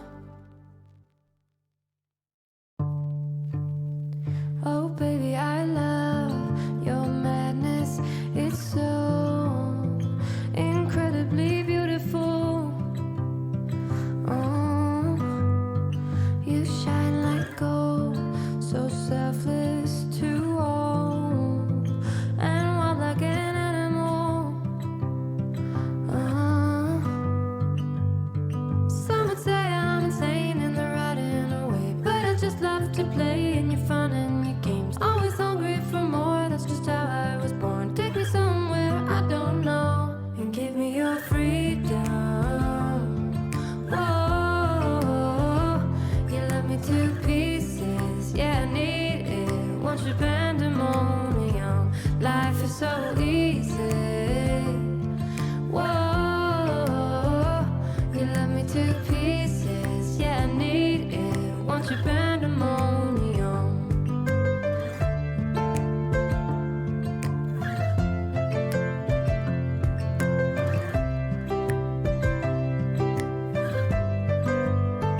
The limit of love is endless. I know. Just do what you want with me. Yeah, I want it all. Could care less the cost. I give you my everything. Some would say I'm insane and they're riding away, but I just love to play in your fun and your games. Always hungry for more, that's just how I was born. Take me somewhere I don't know and give me your freedom. Whoa, you love me to pieces. Yeah, I need it. Want your pandemonium. Life is so easy.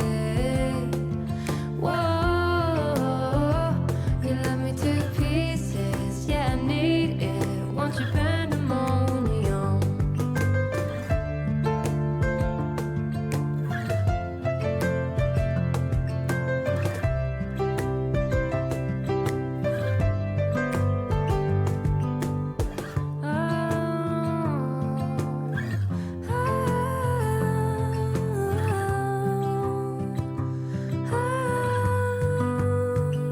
And give me your freedom.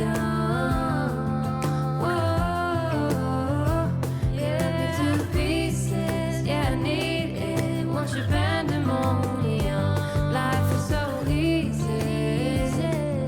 Whoa, you love me to pieces. Yeah, I need it. Want your pandemonium. Oh, baby, I love your madness. It's so incredibly beautiful. Oh, you shine like gold, so selfless to all, and wild like an animal. Some would say I'm insane and they're riding away, but I just love to play in your fun and your games. Always hungry for more, that's just how I was born. Take me somewhere I don't know and give me your freedom. Whoa, you love me to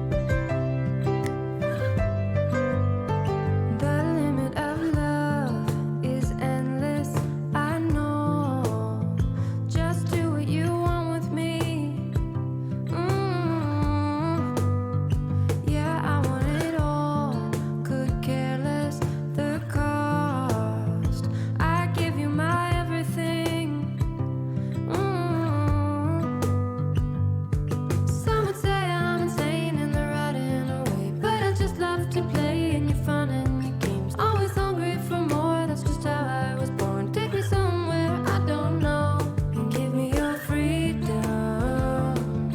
Whoa, you love me to pieces, yeah, I need it. Once you're pandemonium, life is so easy. Whoa, you love me to pieces, yeah, I need it. And we're back. Hey, everybody. I hope you had a nice break. I had a nice break. So, you have elected to rush towards the mountain to try and cut off this group of mercenaries from the Cassiopeia. Along the way, Sedilla is doing your cognitive check for Zeke, and we are, of course, doing whatever else as a group we do. We tend to get up to some shenanigans, I feel like. I'm smarter than ever. Smarter than ever. Yep, fully agreed. Looking a little pale, though. Oddly pasty. Just needs a little more coffee, it's fine. So, as we are now kind of tuning back in, we can fast forward to getting to the mountain if you would like, if there's no conversation you would like to have along the way. But I don't want to keep you from having those moments if you'd like. I think I'm going to try and explain to Tori what the settings on the grenade are without her using it. Yeah. Right, so if I push this button and this button, it makes a boom, right? Yeah, okay, but if you press the other button, okay, so this one does a fire boom, the other one does an ice boom, and then we also have the lightning boom. So different flavors for different occasions. Pick wisely or It's don't like pick at picking all. a dress for a different occasion. Exactly. Whatever suits. Do you wear different dresses for different occasions? Tell me more. Sometimes. Depends on who I'm running from and how I hide. You need a change dress your to clothes. run from people? Sometimes a disguise is necessary. Oh. Just how it is. I'm just gonna make little notes on my data pad about, just do some research in which dresses are apparently best to run from the Elven Empire. I might have to check with Zeke at some point. He seems to be doing research very well. If he's coherent enough, I guess. He looks fine to me, just a little tired. I will say, if you toss a fire grenade at him, you can see how well he dodges. Hey Zeke, think fast. What? Tori I'm thinking, pretends what's to it? throw the grenade at you. What the? A little slow, but I mean, it could be worse.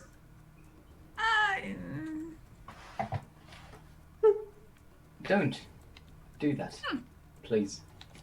Just Gotta keep you awake somehow. ever. Fine.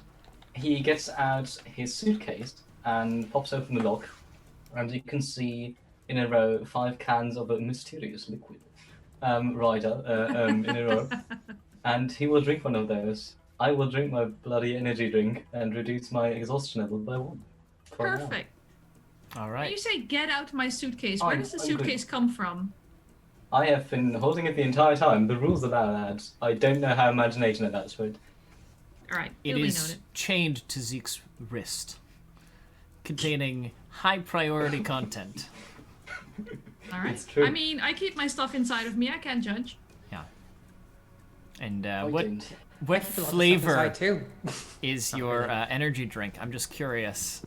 Is it like lemon lime flavor? Like what? No, it is obviously carrot and tomato flavored. Ugh. Zeke is a heathen. Gotcha. So it's like V8 stuff. Okay, got it. Alright, I'm back. Alrighty. Do you stop throwing things at me now?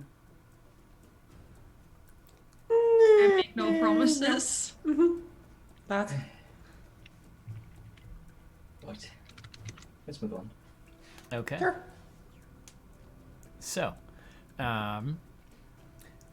montage. You get there. You get back to the entrance of the mountain. Right as you see this other group arrive, kind of coming from a slightly separate angle. And as this happens, you will note immediately that there are 3 of them in their group. One is, and who seems to be the leader, is this human woman. She's very muscular. Seems like she probably does a lot of the heavy lifting for whomever this crew is. Additionally, you would see one gnome and one dragonborn.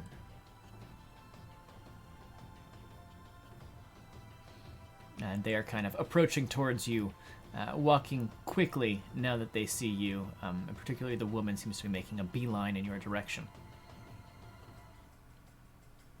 Are they armed? As armed as any set of mercenaries would be.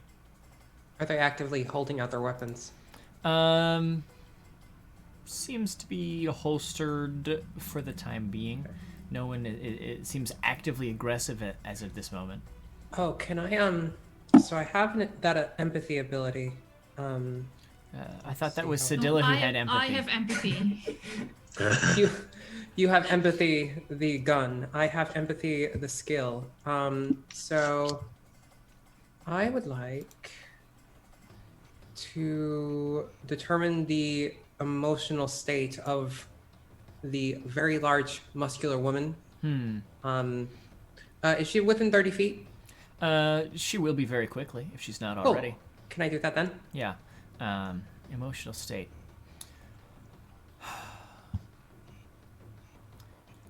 You sense that she's frustrated, but is feeling determined.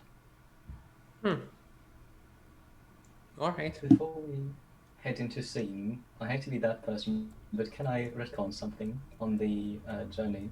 What would you like to do? I would like to make my rapier invisible with true aiming and made it appear like a normal, non-magical object. Sure. What object would it take the form of? Oh, in divination spells. Oh, okay. If anybody has any sight abilities or something, it would just be nothing there. Okay. Yeah, that works. Thanks. Holding one of my blasters, but in a pseudopod I formed behind my back. Gotcha. So, yeah, as this group moves forward, it's just the 3 of them. And the woman approaching says, "So, are you the bodyguards here? Why? No, we were Can we go in? Really paying a visit, discussing a bit. We do need to warn you about something, but you know, it's just we've been here before, and we thought that maybe our experience would be beneficial to you. Oh, so you were the first ones here and think it belongs to you now? What? No, why would we? Look, I think we started off on the wrong foot. Here, I have brought a gift, and he raises up the bottle of booze.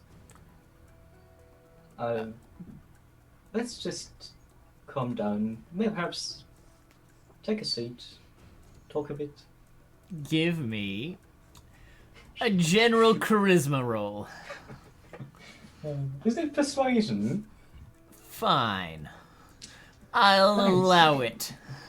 That is a 21. Oh, 21. Okay. Okay. All right. As you do this, she kind of just puts her hands out. Okay, fine. We can talk. What do you want to talk about? Well, you know, your purpose here, our purpose here, how the two of them align, divide maybe. How you got those muscles? That's what I want to know. Well, I just work out. I can tell. Just kind of flex, show off a little bit for you. It's far more impressive than anything Josh could ever do. Tori is thrilled. Good. Adila is nauseated. Anyways, the other two seem to respond to her kind of gesture, stopping in their tracks. Well, I think we're here for the same reason. See what we can find, see if there's anything worth claiming, anything worth maybe taking home. And there might be money in it, you know? If you find something cool, you can sell it. So that's all well and good, but we would hate for you to ruin those wonderful, lovely muscles with, getting taken over by an evil parasite. Right, you jumped the gun a bit on that one. Oh, was I supposed to keep that a secret? No, we just, we're out in the open right now. I don't know, just not the right setting to be discussing such things. There's a parasite. Apparently, yes, a fairly powerful one who was, I think, magical in some form, survived the dead magic zone. I don't know how much you know about that, but... Not a nerd. Oh, I wasn't assuming. That's powerful, like, really, really dangerous. How do you know about this? We already were here, and we found a few clues that hinted to that.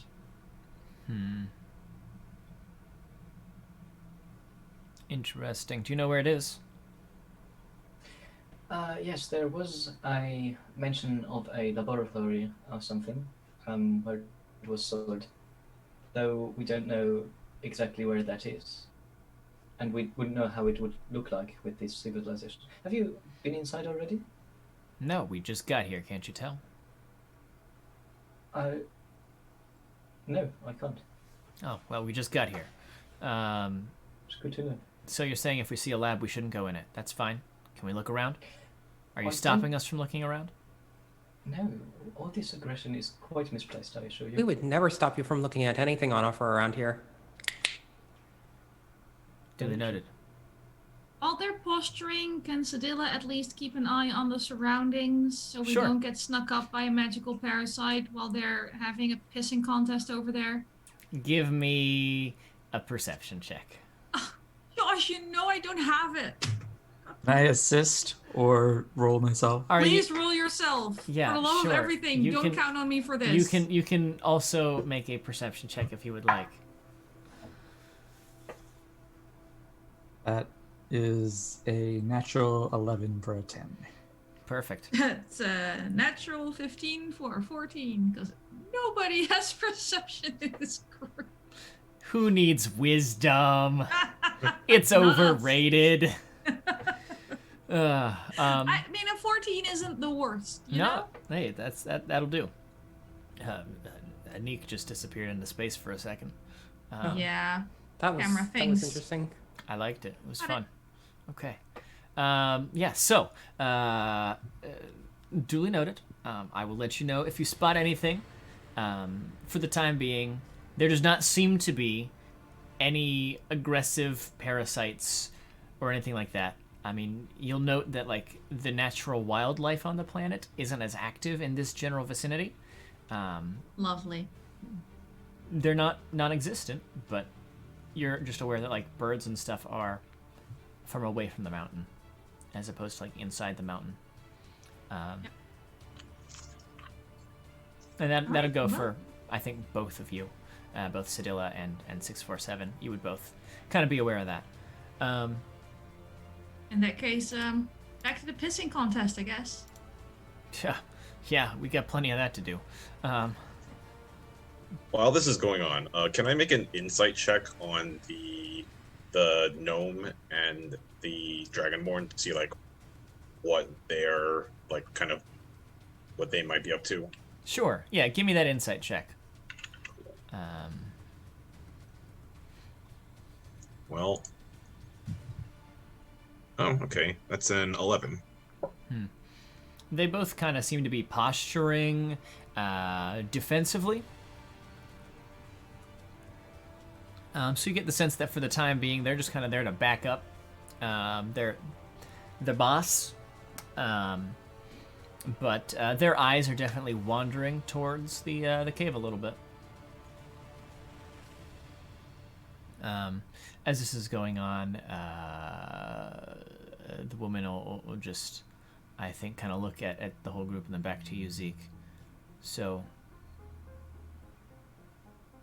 like, if we promise not to go into a lab, can we look around? I'm sure there's got to be something cool in there, and no offense, but, like, you know how this works, right? You can't just body block us from checking out the stuff ourselves. No, of course not. You're free to go in. I would say it would be very wise. I don't believe we would recognize how laboratories of these ancient civilizations would look like. Any building at any time. That is only in the case that the creature hasn't escaped yet. It would be borderline suicidal to go in there. That's what I'm saying. I just call from somewhere behind him. It would also be very, very scientifically interesting, so if you do go, let us know. Like ape pseudopods. Paws up. Many, many little amoeboid thumbs up. Bloop, bloop.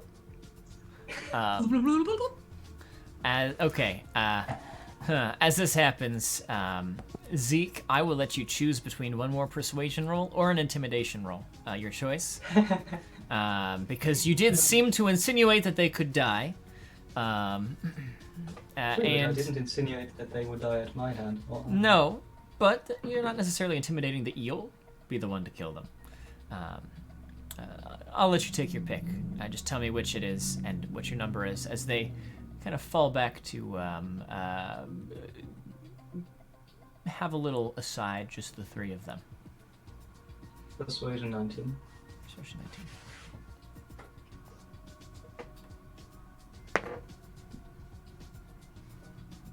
All right.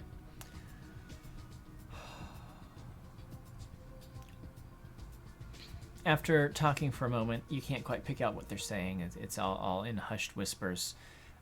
She'll turn back around to you and say, okay, we're not going to go in there, but we're going to stay right here. And if you go in there, we're going to follow. That is, he looks around at the group, agreeable, I think?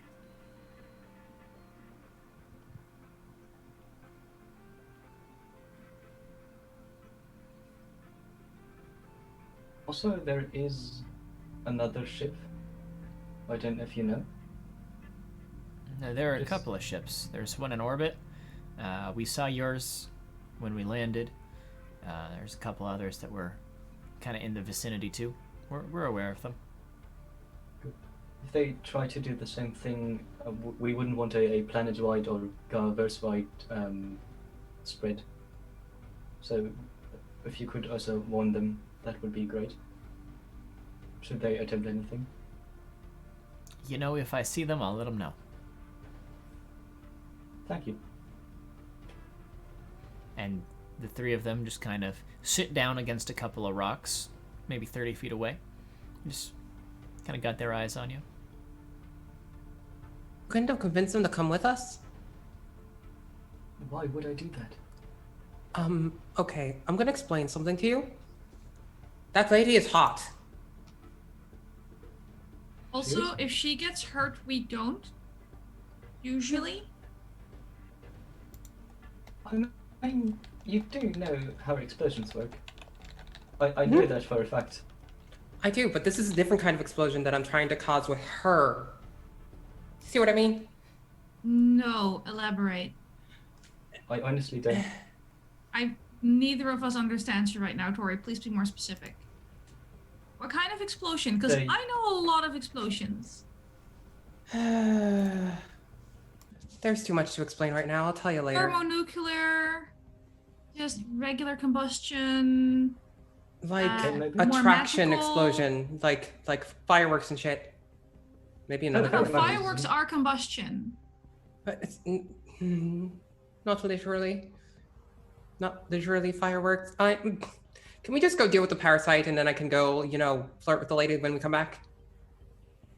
Sexual attraction. Yes, Gotcha. yes, that's what it would be. Right. Yes. I'm still not sure how that works with explosions, but I at least understand a little better now. Did you see the arms though? Like I get it might be different for you, but those are nice. You like the arms? Yes, I do like the arms. Yeah. That's a thing for me. That's a thing that I have just said right before we go fight a fight. Yep. Mm-hmm. Wait, what fight? What are we? Well, we're gonna face this parasite. You know it's gonna bite us in the ass. Something always does. We don't even have proper containment procedures yet. We can't go and fight the thing. I thought you said you could contain it. What if it is? We were talking about a sample. I can't. Not the entire thing. We don't have a plan, do we? No. This is a problem. That is just about the. Yes. Should we just go in? It'll be fine. What? No. Well, where is the lady with the arms currently hanging out? Just like 30 feet away. You can see she is actually kind of seated with her back against a rock and appears to be inspecting a blaster of hers. Inspect her blaster. Standard issue. Nothing homemade. Lovingly crafted. It seems to be a nice blaster. Nothing extraordinary. You've probably made something nicer before in your life, but, you know. I don't suppose there's any way... do we have to move past them if you want to go inside? No. These are all very leading questions. You are currently between them and the entrance of the cave. And it's sad that we wouldn't give them a view on the way, but, well, never mind. Look, I just want to touch her. It's fine, we can go. Get in line. What is happening? I want to touch her for a different reason than Tori does. Why? I think it's both for science. Probably true. He turns back to Six and Doc. Does anybody of you have a thing that can prevent people from going somewhere they're not supposed to? I do not carry leashes on me, unfortunately. What? No, I'm not talking. 647 pulls out his blaster. That's not. Also not. Thank you. Fine. He will pull out his book and lead through it.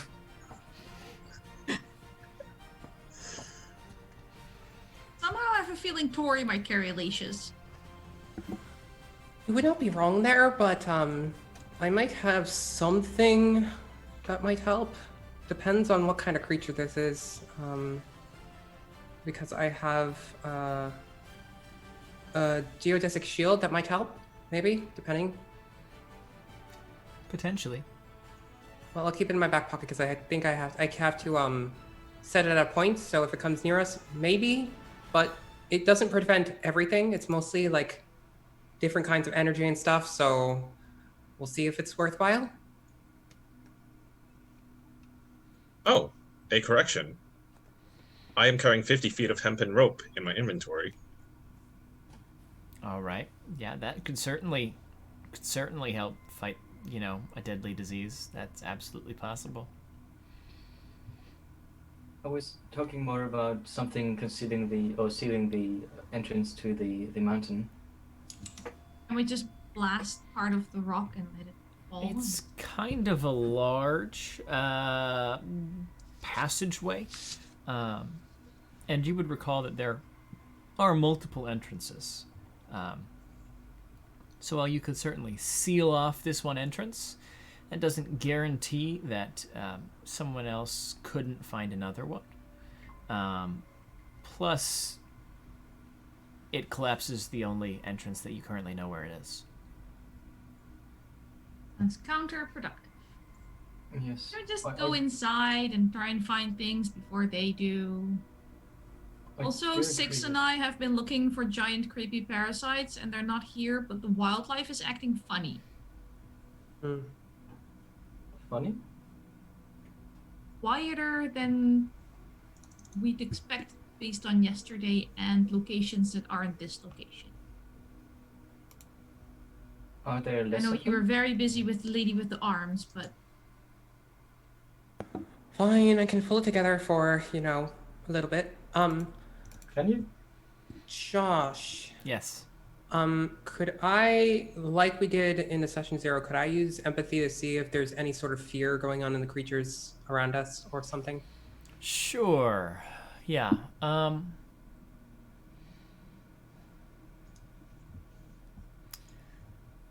I think you would notice now that, and are you trying to determine this from, like, the life forms or from the other mercenaries? So the life forms this time. Okay, so like birds and bugs and stuff. Yeah, the ones that are acting weird. It's a little tricky to tell. I'll let you make an insight check to see how successful you're able to determine how they're reacting to the environment, though. You said insight, right? Yeah. Okay, that is a 15. 15. Fear isn't like an emotion that you're sensing from them.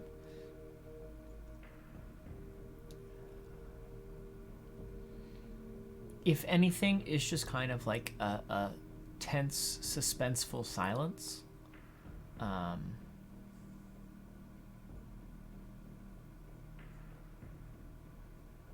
Like the calm before a storm type of deal?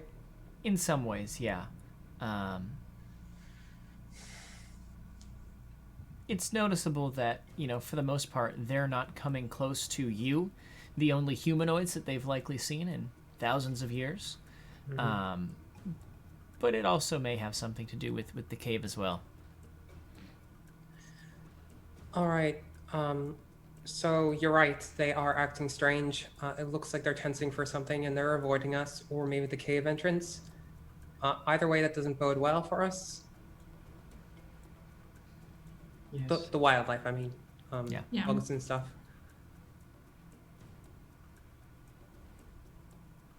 So we do need a sample or at least more information or anything that We already got some fun stuff for Dr. Firestone. We should probably help the biochemists along as well. Yes. And if we need we're to know how here to and they're destroy it. not, we're doing our job of keeping the scientists safe.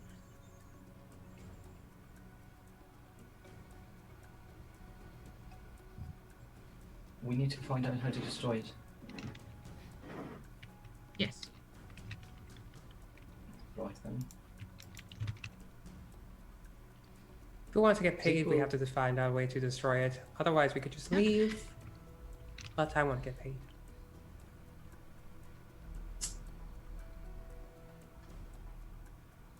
What would we like to Up do? into the cave? Into the Well, deep. I kind of want to go into the cave, but as stated previously, I'm too young and pretty to die. I'd like someone sturdier to take point. Looking pointedly at 6. Yeah, I will. I will. I will take the happily lead. hide behind you. Okay. Sorry, you were saying something. Yeah, was it Zeke who was about to say something? Yeah. I have got a bit of a better idea. He stands up, and for those looking for something like that, you will see a very iron look across his face. Momentarily, very momentarily, but very stern, very borderline evil. And Oh no. Oh. We lost him a little bit. Oh no, that was the worst place to lose him. You just got an evil look. Okay, we'll give it just a second. And if we need to take it He's back. Yeah. I think I'm back. You cut out right as you said you were giving a borderline evil look. That's a very good place to cut out. I like it. Just very briefly, and then he has his charming face back on. So bright smile, very innocent eyes, and he will turn around to the arms lady. Okay.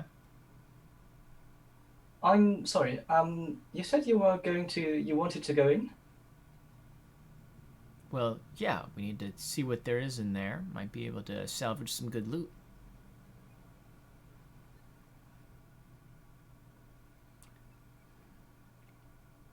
Where's he gone? And he's gone again. Excellent. Fucking sake. Speechless. All right. Speechless from the arms. It takes Yeah. Powerful. Zeke needs a Extremely moment to powerful. compose himself, and then he says, Where did you lose me? "We didn't hear your reply to what she said." I did find something very interesting in the library. So there might be more things all around. And after consideration, we do need to go in. We wouldn't want to steal your loot, though. So we might be able to deal with the parasite, or at least attempt it. Okay, so what are you suggesting?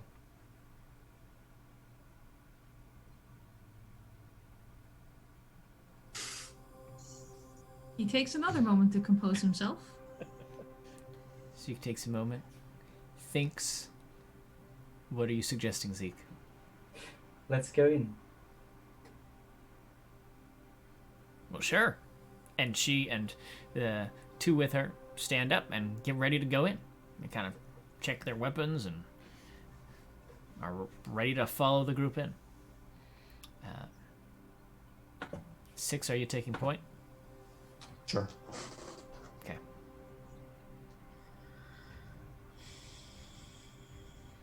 So they are coming with us? They are traveling in the same direction as you. I don't think there's been any stipulation laid out in terms of, needing to stick with you in there. So they might split off when they get inside. You don't know. Is this where you've said goodbye and then you accidentally keep going in the same direction and it's really awkward? In some ways. I mean, won't be awkward for me. Tori's living her best life. Tori is living the dream right now. If at all possible, even remotely sneaky for Sedilla to at least get some kind of... I just need like a skin cell of the arms lady for reasons. How just would you like to finagle this? Describe to me what you want to do in order to accomplish this. If they're traveling in roughly the same direction, at some point Sedilla's gonna have to stop, switch empathy to a different shoulder because it's just so heavy. Yeah. And my form is just really hard to maintain, so maybe I just sort of slurp out a little and I sort of half tidal wave into her and sort of, oh, I'm so sorry, just collect myself. Give me a stealth check, and yes, you can do that. Oh, I have stealth. Why did I take stealth? For moments like this. It's a natural 20. For a total of 25. Of all the things to waste a 20 on. amazing. So, yes, you are able to subtly just and come back with a skin sample, and she doesn't seem any the wiser for the most part. I mean, she might it seems I'm just not to gonna notice. go, and I'm gonna store it. Okay. For later, maybe. You have stored a small skin sample from a muscular woman. Perfect. Add That's that all to I've your ever inventory, wanted. please.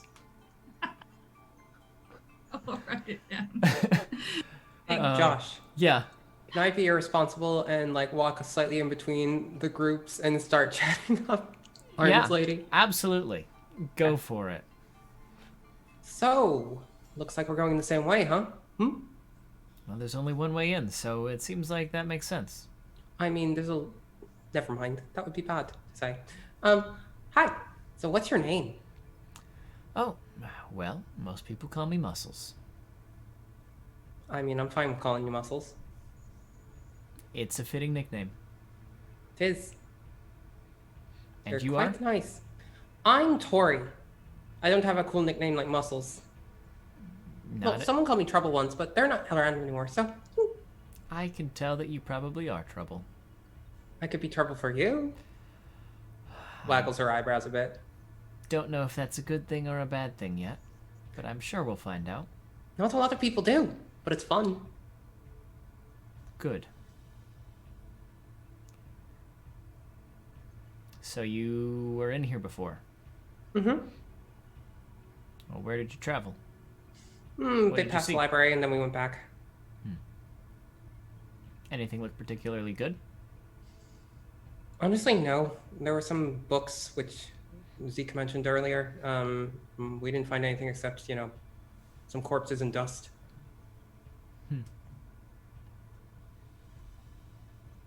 Okay. But you never know. Interesting. Well, I hope the parasite doesn't get you. Same to you. And if the parasite doesn't get you, reach out sometime. We'll see what happens. As we will. And Tori will run back to her supposed group. Okay. All right. Yeah, that's totally fine. And we'll say that's long enough to walk through the little tunnel to get into the city. And so now you return to this massive open cavern inside the mountain with these light glyphs spaced out across the ceiling. It is carved out of stone from the interior of the mountain. And unlike last time, there is now, you can see very clearly, a path through the dust where you traveled last time. It seems to be the pathway that you took. You can kind of tell because it's like shoveled up to the side from where Sedilla passed through, and kind of... And put the dust out again. Exactly. Because I'm not taking that in. Oh no, you don't want to hang on to that. No. So... The spin cycle's going again. Yeah, of course. I'm not absorbing this. No, none of it. You don't want it to mix up with your skin sample. No, that needs to be preserved for reasons. I don't even want to know. Yeah, so, you are back here in the city, now with 3 additional people who seem to be tailing behind you for the time being. So as we get to where the buildings are, I would be, I think, looking for a building that I might think would look like the mentioned lab. Sure. You might have to kind of wander around a little bit, but you could certainly try to find it. For that, I would let you give me your choice of an investigation or a perception check, and it'll just kind of look differently how you do it, depending on which stat you use. Well, that's a natural 20. Okay. All right, and is that investigation or perception that you're rolling? Let's do investigation for 21. For a 21. Yeah, so as you look around, it takes probably half an hour or so to identify a probably like a 2-story stone building, kind of in the back right corner of this city, from where you entered. There's actually another entrance right by that building, and you can't necessarily like read the script written over the door, but you can tell based on kind of the symbology on it that it looks like it might be some kind of science lab. There's like, like the radioactive symbol or something like that. That's just a little drawing of a halfling in a lab coat. Yeah. Yeah, there's this great depiction of someone with like a magnifying glass, like looking down at something. Dead giveaway. So you're able to find the building. In the time it takes to find it, I think that the other mercenary group would have kind of wandered off on their own, not caring to necessarily stick with where you are. I would have been keeping an eye on where they were going. they've kind of, when you turned off to the right to head this direction, they kind of went to the left. So they're kind of catty corner opposite in the city right now. I believe this is the laboratory that was mentioned in the books. Does it look sealed? Say, does it look intact? Is it the building Tori accidentally exploded? No, the building that you accidentally exploded is a ways back. You've already passed it. Good. Just checking. Yeah? A good clarification. Would have been so cool if it was the one I blew up, and then we'd all be dead. I'm joking. I mean, it is a mini campaign. TPK is a valid way to end the campaign. No, it is not that building. The front door doesn't seem to be, like, sealed shut or anything. Still not going in first. I will go in first. Okay. I will follow second. All right. I'll remind Zeke that I gave him something that explodes without being deadly, and he should consider using it at some point in time. I might someday. At least Tori appreciates what I make. More than appreciate. I find that dangerous. It's the nicest thing ever. I will pull out my shield once again, and I have my blaster out. Okay. Okay, sounds good. I'll grab compassion and a data pad. Alrighty. With my scanner. The Omni Tool scanner. And just to clarify, compassion is... Compassion is the impactor cannon. Okay. And empathy is the 1812 rocket launcher. Yes. Those are the two. Wanted to be sure that we knew what it looked like for those who were not a part of the Session 0 where we named your weapons. Yes, Empathy and is compassion. the one in my character art. It has little speakers because it plays the 1812 overture when I use it. Yeah. Compassion is my regular, like, the day-to-day impact cannon. Right. Perfect. Just your regular one. Yeah. Okay. So you've got compassion out. Yeah. Anything else that anyone's doing to prepare before we go in? Would Doc be scanning for life forms? Nudge, nudge, wink, wink, since I'm scanning for electrical impulses? I might. Yeah, I'll probably have deployed my medical drone to start scanning around. If it picks anything up. Yeah. Okay, so in the vicinity around the building, it doesn't pick anything up. It's not able to enter the building until someone opens the door, but could potentially find something in there once the door is open. Who knows? I don't. I might just fire off a quick clues to see if anything had the prints or fingerprints or any prints whatsoever. Okay. Sure. And there's a time limit on that, isn't there? 10 days, yes. Okay. Nothing significant has happened here in the past 10 days. The door seems to be intact. That's fair. Hey, no, it's totally legit. The door seems to be intact. There doesn't seem to be any, like, significant damage that you can find on the building. So, yeah. Just to put it out there, it is a very good spell if you aren't investigating age-long lost civilizations. It is such a good spell for anything else. It's fine. We'll give it some time. Come back in a month's time, once, everything has died from a deadly parasite. Clue will be really helpful. Okay. Once everybody is set behind me, I will try to just kick open the door. Yeah, give me a quick athletics check. That's another natural 20. Dang. Yeah, that door or just... a 20... Where's my athletics? I don't know, something really high. That's fine. Is it with your strength? Or something. Yeah. You did pretty good. So you kick the door, and unlike sometimes when you kick a door down and like the door swing wide open, you kick this in just the right spot where the door just falls in. There's a puff of dust in the air as dust that's been sitting there for a long, long time is suddenly thrust into the air. Takes a moment for the smoke screen to clear, and the interior does not seem to be lit, and seems to be empty. What would you like to do? I guess Muscles is the only strong one here, huh? Nicely done, Six. Mm-hmm.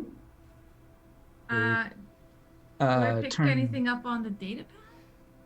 Sure. While Six is like, I'm assuming Six sort of pauses while people behind him are going, the fuck's going on before he moves in.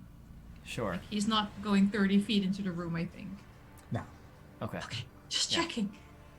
So yeah, with your data pad, you're scanning for anything that seems like there's any sign of life or technology or anything. Yeah, I'm looking for technology type stuff. Okay. The life stuff is more. I'm leaving that for the doc. I mean, he took my job. He can do it.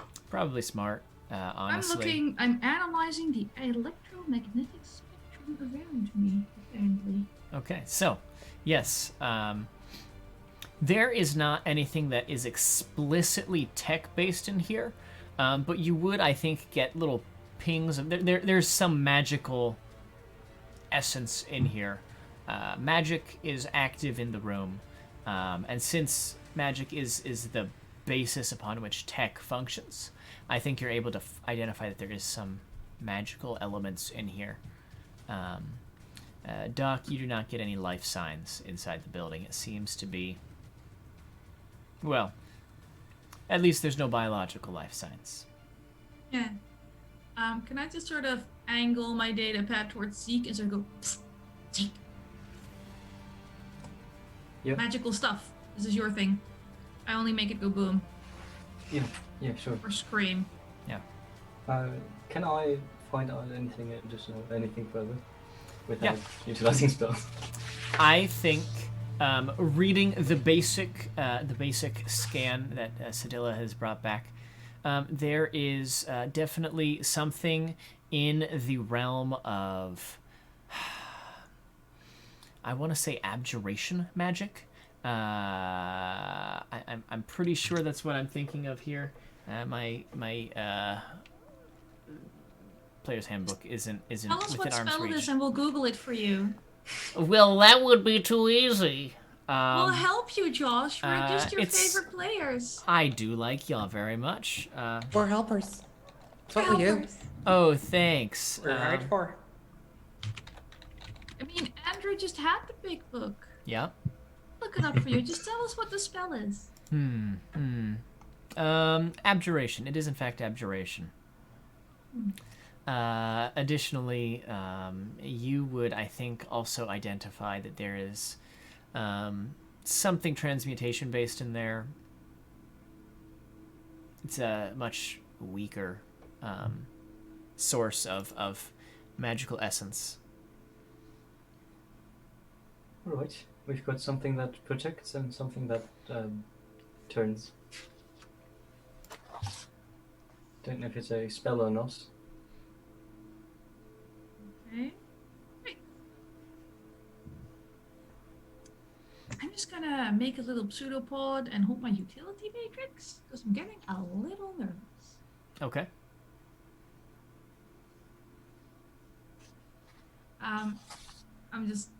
I kind of don't want to bother him because he's probably really good at 6. See anything Yes. exciting out of us? Nothing yet. Do you have dark vision 6? I do. I have thermal sight, which allows me to see living creatures through darkness and heavily obscured conditions out to a range of 30 feet. That's handy. I guess that's different, though. I don't know that I specifically have dark vision other than for seeing living creatures. No, but that is helpful. Give me a perception check.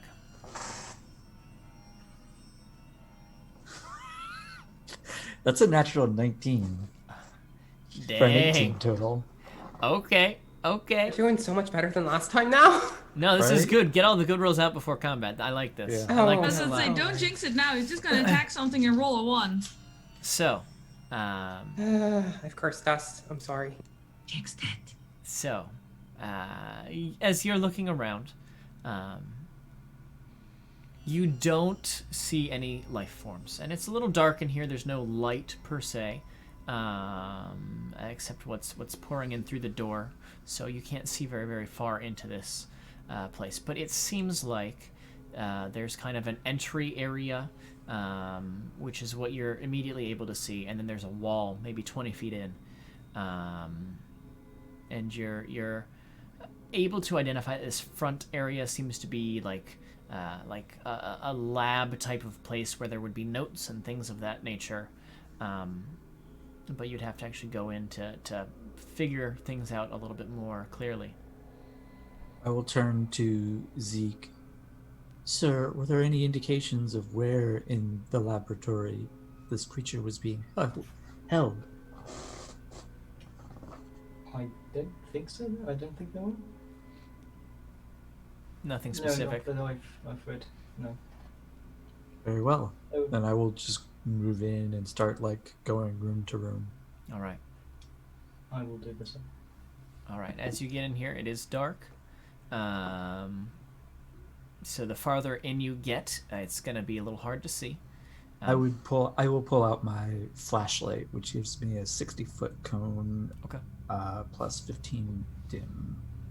All right. I'm gonna go. Amoeboid without dark vision appreciates your flashlight. So also. Or Tori's gonna go near the front to watch 6's 6, I guess. Okay. All He right. does have 2 arms. He does have 2 arms. That's all I need, No really. muscles, though. It's all mechanical. Yeah. I'm armament sexual, clearly. Fair enough. So, yeah, this is easy enough. As you get in there, I'll let everyone give me either a perception or an investigation check, depending on what you might be interested in trying to discover here. That's a natural 18 for a 17. For a 17. So my last 4 rolls have been 20, 20, 19, and 18. I am aware that is ridiculous. Can I use my advantage? You sure can. I will use my advantage, please. I rolled a 23 on an investigation check. Okay. We're screwed in combat. We're just. I have a 28 on investigation using my advantage because I rolled a natural 20 on my hummingbird die. Nice. What is with? How many nat 20s has this been? 5? 4? Too I have many. 2 so far. I've had 2. It's been a couple. This is going to bite us in the butt. To be fair, without the advantage, I rolled a 5. Yeah. So I needed the advantage. Fair. Totally fair. Just for those of us that had a weird internet connection, could you repeat the checks we could make? It would be either perception or investigation. Your choice if you're just trying to scan the environment for threats, or if you'd like to look for something specific here in the interior. Alright. 21 investigation. Okay. And what in particular might you be looking for? I do fear the spells, so very much the magical angle of it. Okay. Yeah, sure. Sure, absolutely. That's doable. Okay. All right. And Zeke was the only one who made an investigation, or did someone else make an investigation check too? I did. I made investigation. I think most of us made investigation because no one has perception. Yeah, then I would have done perception Oh, to exactly. be looking for threats. Okay. We're assuming Andrew is keeping all of us safe while we run Not around Andrew. like idiots. Yes, You know 647 what? is keeping everyone safe. I probably would. Also, Andrew. Tori is probably more likely to try to be perceptive, even though she's not. So that 23 gets reduced to 19. Okay. For perception. Okay. Yay. Duly noted. So, Doc and Cedilla, what are you looking for on the interior here? I rolled a 19 on the investigation, and I would like to look for any more bodies that might be around. Bodies. Okay. All right, Cedilla, what are you looking for? Yeah, my total with the natural 20 is 28 because I'm super proficient in investigation. Yep. I want to know what experiments they were running in this lab. I want to see their toys. I want to see their setups. I want to see their beakers. I want to see their Erlenmeyers. I want to see everything. Okay. So Where's the spectrograph? yeah, Show me the science toys. we can talk about all the science toys in a moment. I'll start with our perception checks, and then I'll explain what those of you who've been looking for information would find. Moving in, especially with the light, you're now able to see this first chamber is about 20 feet deep, but probably in the realm of like 60 feet wide. It is kind of it is definitely a workspace with a number of desks and tables and things where different people might have things that they're working on. And to the right, as you enter this room, there is a kind of hallway that cuts off of this room. And as you look that direction, that is where you will see that there's a very large, heavy door, which is kind of what your eyes are drawn to, 647. Tori, that is presumably also near where you're going to be because you're kind of sticking with 647. You don't see anything that seems to be immediately threatening either of you. There is a window into the chamber behind this heavy door, which, using the flashlight you can see in, is almost entirely empty. There are a couple of tables kind of against a far corner that have been tossed about, flipped over, and on the ground in the middle of that chamber, you see what looks to be just a mound of something that looks flesh-like, but it is seems like it's not moving. It's been there for a long time, and it does not react to the light as your flashlight crosses over it. So, my thermal sight allows me to tell whether a creature is alive or dead. It is not giving off any heat signature. Okay. I might be able to do something through the window. Hold on. Okay. I want to see if I can pull a piece of it off or something. Sure. Do you mind if while you look at that ability, Yeah, I describe absolutely. what everyone else sees? All right. Mhm. Don't let me forget to come back to you. No worries. So, as this is taking place, the other three of you are looking about, trying to find information about what's going on here. And it seems clear right away that there is a variety of different research notes. Zeke, as you are looking for particularly magical things, you note that one table has something that seems vaguely arcane.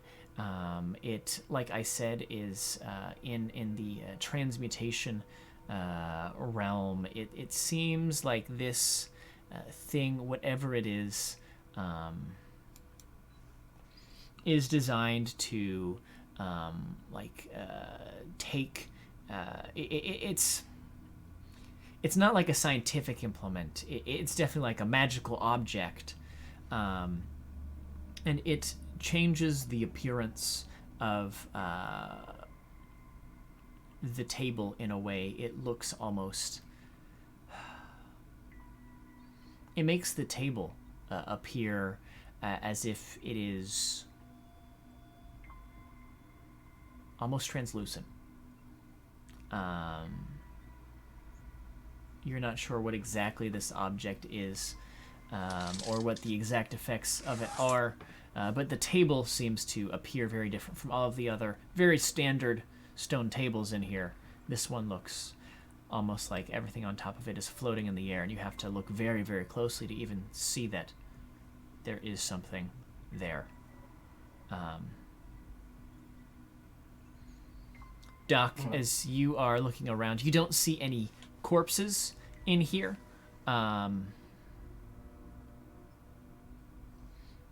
But you would actually see signs of a struggle. There's blood spatter on the wall. Some things have been tossed or turned over. It seems like at some point there was some kind of altercation in here. You're not sure the exact nature. Sedilla, you are looking to determine what kind of studies and projects are being worked on here. There's a lot, but all of the most recent notes that you can find, and these are all pen and paper notes. Data pads aren't a thing that this society had. So you're going to have to actually, like, flip through pages. I know, it's terrible. It's so analog. Yeah.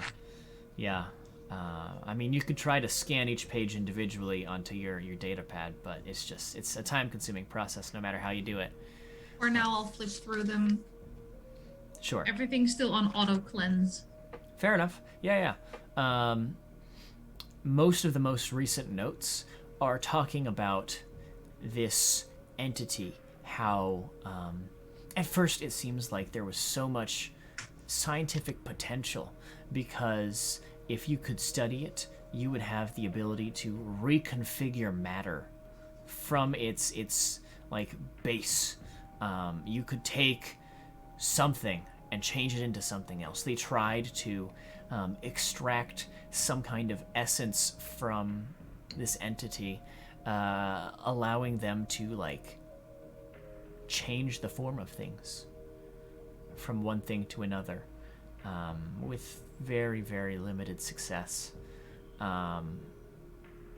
As a shape changer by nature, I mean, cute.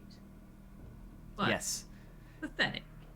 Their first attempt was to change a rock into metal, and they weren't quite able to get there. They tried a couple more experiments where they were really just trying to figure out how this thing works, and were not able to crack it before it escaped. There are some notes it does the magic right about how this entity and those that it touched reacted negatively. How many notes are there? Can I just sort of bring them back? Because I'm sure the biochemist like me loves a good lab journal, even if we don't have a sample yet. There are probably like 10 to 15 tables, and notes are spread across these from each, like, so like this table seems to be like this person's workstation. That table seems to be another person's workstation. So you'd have to collect things from different stations, and that's just what you kind of gathered from one station in the time it took for everyone else to do what they were doing. Tori. I'll share with the group what I found sure. about them experimenting on this entity and how they're particularly focused on its ability to change shapes and possibly matter. Yeah. Because that seems to be an interesting thing to share with people trying to find it. Yes. Tori, as you are looking through the window, what was it you were trying to do? So I have an ability called Kinesis. Yep. So without opening the door, I'm going to reach out with my telekinetic senses and see if I can remove a piece from this thing and if it reacts. Sure. Okay. It's it's like max 10 pounds. I can't use it to attack, so if it's like actually viable to damage, it wouldn't work. But it's like mage hand, but just like 5 more pounds. Yeah. And I can use it to do certain things. I think you could separate a small chunk of this thing, whatever it is, separating it from the whole. Mm-hmm.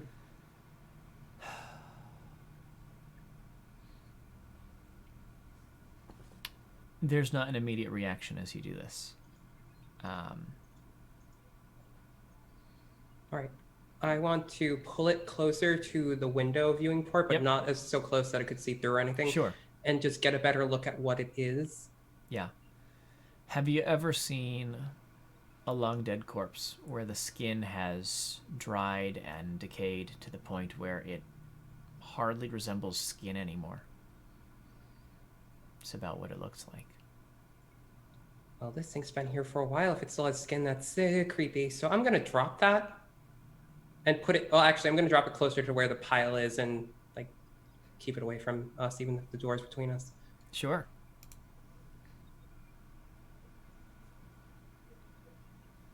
All right. Anyone else find anything interesting? Dead body over here, at least one. I'm collecting notes. I found a weird table. A weird table. Could you be more specific? He gestures. As you all look over, you can see this table appears to be translucent. Not I- entirely invisible, per se, but appears as if it is made of something clear.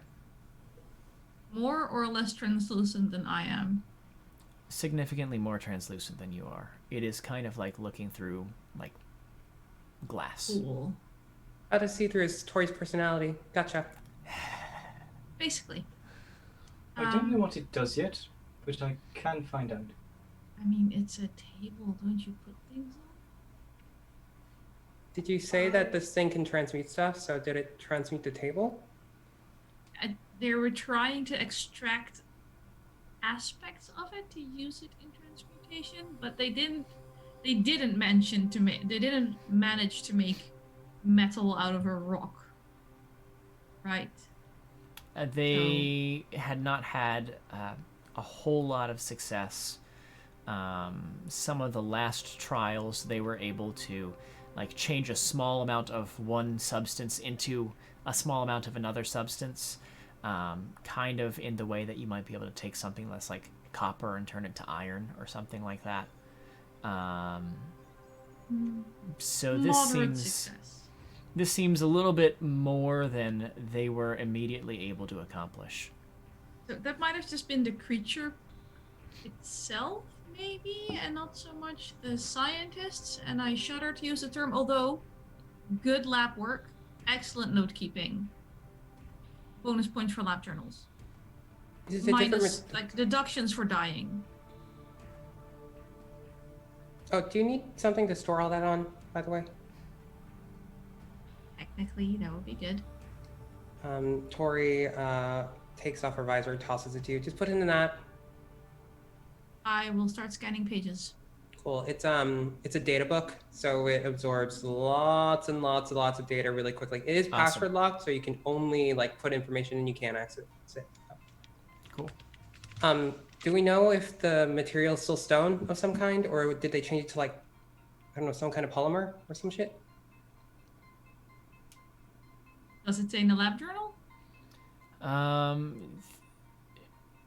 In reference to the table? Yes.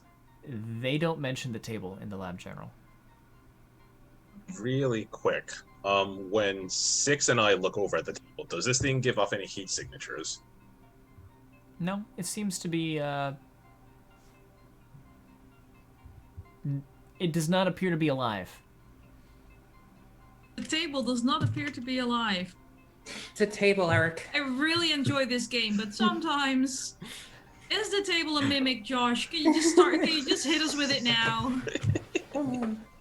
Right, let me quickly find out. He pulls out his grimoire, and I would like to cast Discern True Name on the table. Okay. I Alright. now know the table's true name unless the table is sentient and wants to resist. Okay. You do in fact find out the table's true name. What would it's a damn It's table. Steve. It's a table. It is- Let's name the table. Gertrude? Yeah. Let's not go throwing around true names. That's a very bad idea for multiple storytelling purposes. Let's name the table Plexiglass. Good. The BBE is named Steve. Moving on. I would then like to utter insight and give basically cast Identify on the table without touching it. Okay, you can cast Identify on the table. It does appear to be under the effect of a magical spell. Do I know which one? And identify does let you determine the name of the spell.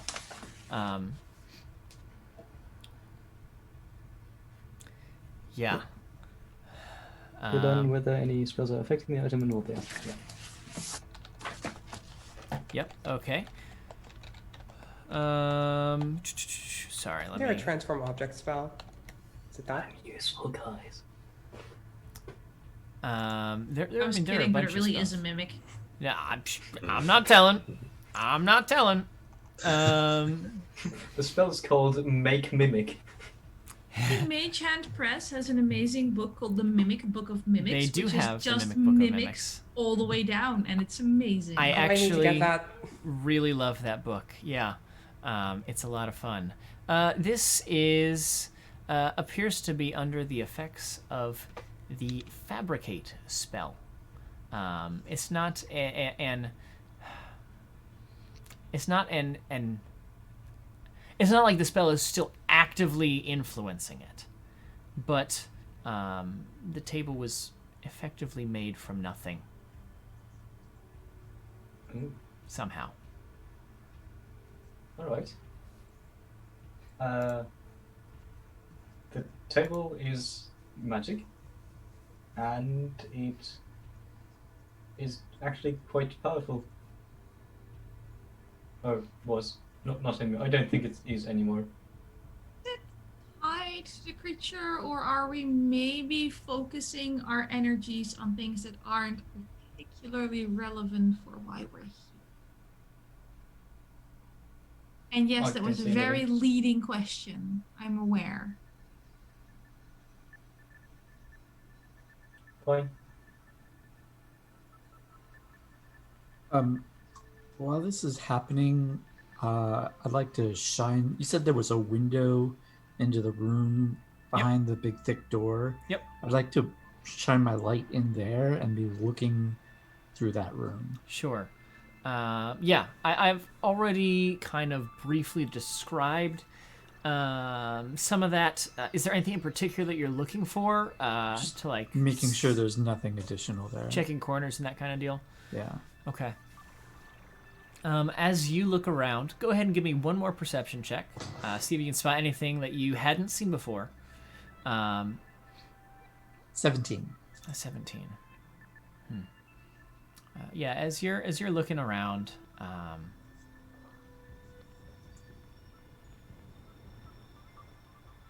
you know what stands out to you? There is no dust on the interior of the room.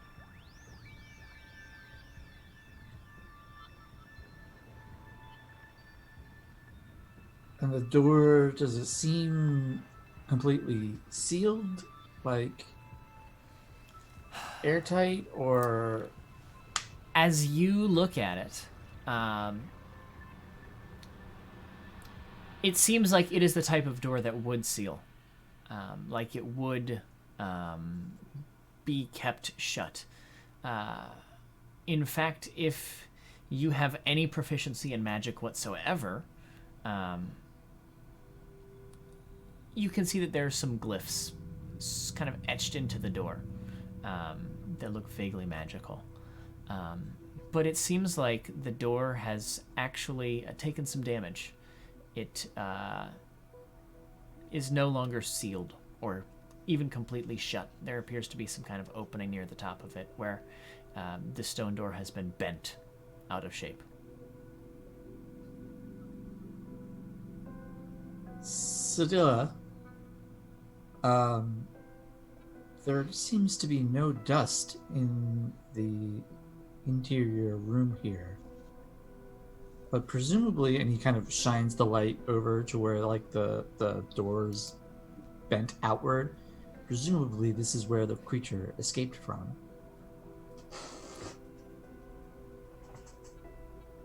And there wasn't a crack or it just bent outward, but it's still holding together, or is it bent outward and there's like a There seems to be a small gap. small gap? So was assuming, would you say this gap is more or less than an inch? I'm asking for reasons. It is probably slightly more than an inch. Slightly more than an inch. Yeah. So it could probably, it could easily come out of there. It's not currently in there? Very possibly. There's something in there. Something. Yeah, there's a pile of flesh, a mound of I think we formerly alive physical tissue, but yes. Yeah, we should probably get a sample of that. Do you want me to use telekinesis to do it so you don't have to touch it? Either that or one of Doc's drones, but I also have a swarm of nanobots. These are all options. Let's As do I said, both. I Let's do can- kinesis and nanobots. And I can put it in a basically somewhere where it can't escape from. That would be good. Cool. So we have something to put it in. Yeah. Dilla, by the way, is... I don't know if it's Sadilla or Anik at this point, but dying to go in there. Same. But it, Could be it might both. be a little too literal dying, so self-preservation is kicking in a little, but oh, I want to go in there so bad. That's fair. That's fair. Yeah. So, you will use telekinesis to, and maybe Doc's drones to place perhaps this small chunk of kind of decayed old flesh into some kind of containment capsule that you have. Yes, Zeke? No. Zeke basically speaks a word, and you can see this tiny black dot appear. And Okay. it gets bigger and bigger and bigger. Oh. Okay. And that is where they can store the thing. Okay. There's not Are we like putting it in your hole? Indeed. there's not like an ability check associated with this, so I'll just say you're able to do that.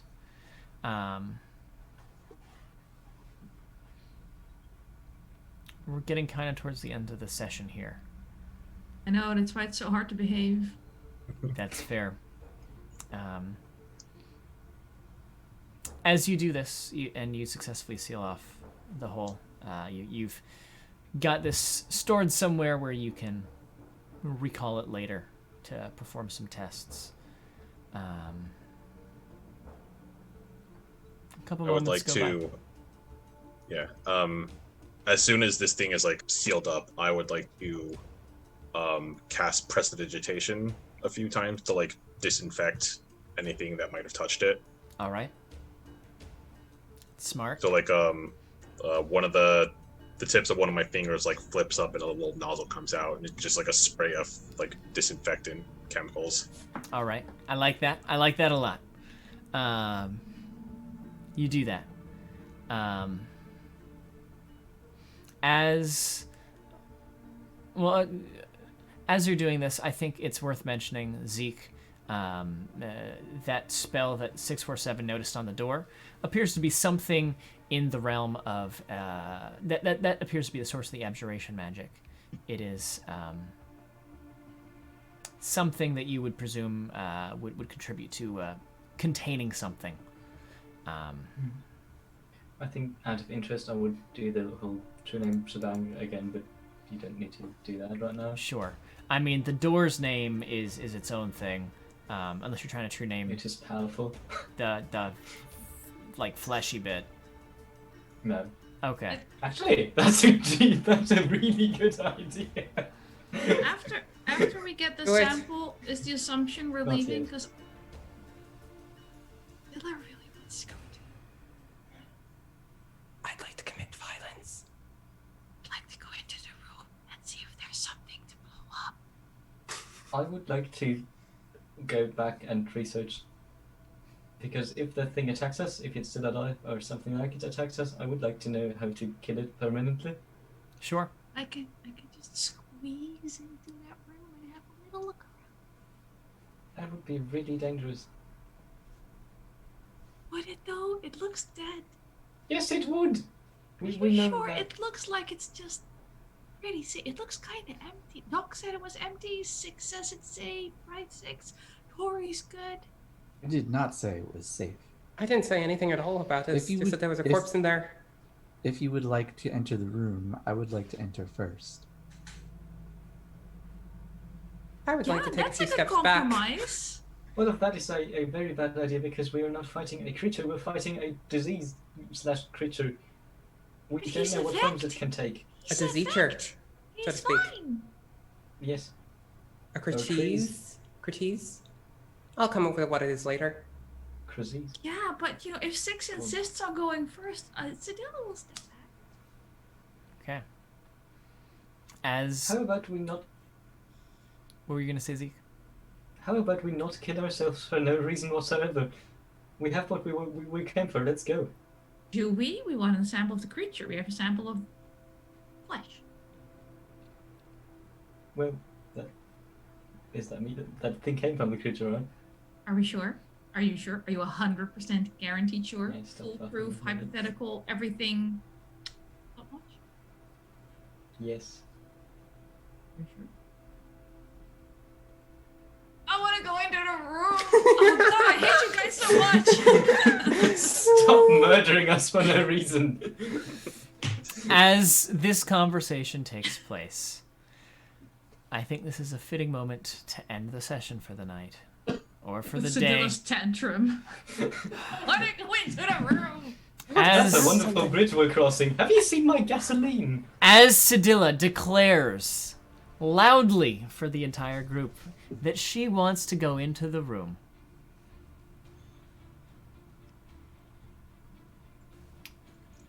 you hear the sound of stone shifting against stone.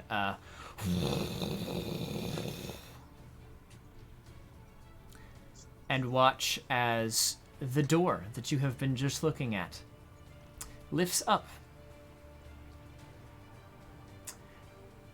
and changes its form into something that I will describe at the top of next session, as that is where we are going to end Have I today. still true named it? Did you actually do that? I would have, yes, I just wanted to shorten it so that we didn't actually need to play it out. Well then. I thought it wasn't actually... Let's settle that not to between do it. sessions, and I will tell you the true name at the top of next session. What the fuck? Hi, my name is Josh. I'm the DM for this wonderful group, and today I have really enjoyed getting to have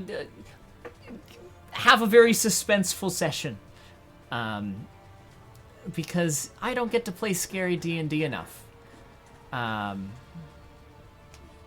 You can find me on the internet, on Twitch. I stream on my Twitch channel, twitch.tv/Joshua Simons. You can find me on Twitter and Instagram at Joshua M. Simons. And my favorite moment tonight, or today, I keep thinking that it's night. It's only night for our European friends. Was absolutely the moment when Tori was like, okay, it's cool, I am a hardened mercenary, and then immediately went and just spilled her entire guts to the rest of the group. It was just phenomenal comedic timing. Who would like to go next? Or I can call people.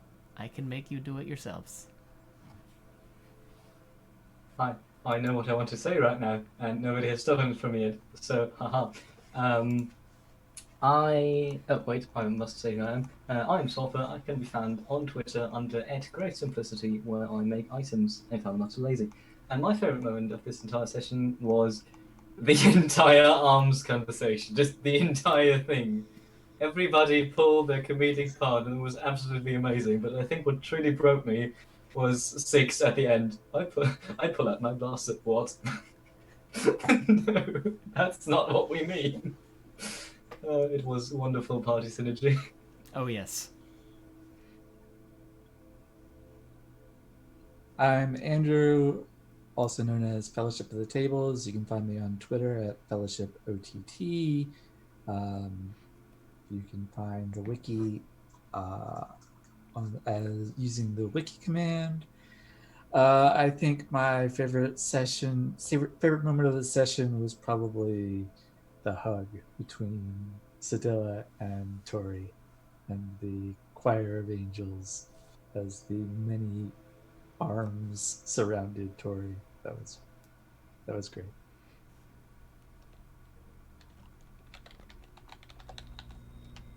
Absolutely. I'll go.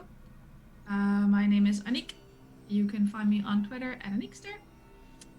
Technology scares me, so I don't stream anywhere on my own. I just borrow other people's channels where I DM scary things and wholesome things, and I play other games. I also occasionally paint stuff like this where I have commissions open and I need money. Find me on Twitter at Anikster. Also, I need the money for dice. What was your favorite moment? There were so many. How can you make me choose my favorite child? I think the accidental 20 when I was trying to steal a skin sample. Like, I probably shouldn't pick one of my own, but just being able to sort of slurp myself across a cavern and steal a skin sample unnoticed, despite the fact I'm a giant amoeba and lost my shape. And I'm carrying a gun that's bigger than some of my party members, and nobody cares, apparently. You could say that you're slippery. I'm very slippery.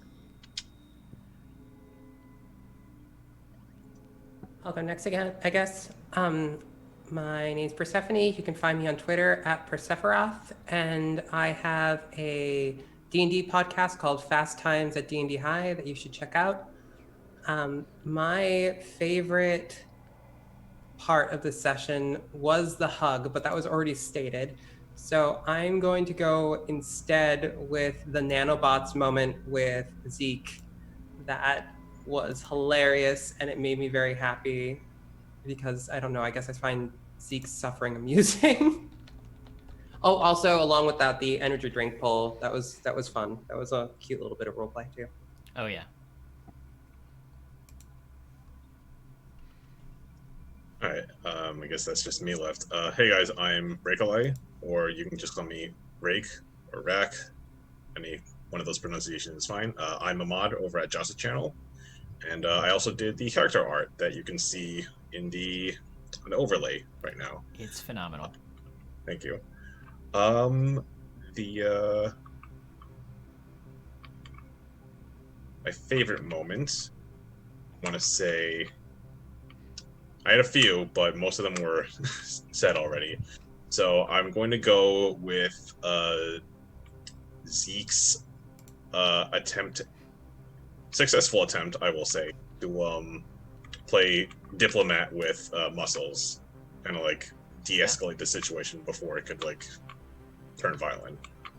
Yeah, that could have gone real bad if you had not been as successful as you were. So just gonna throw that out there. You avoided a potential fight right there.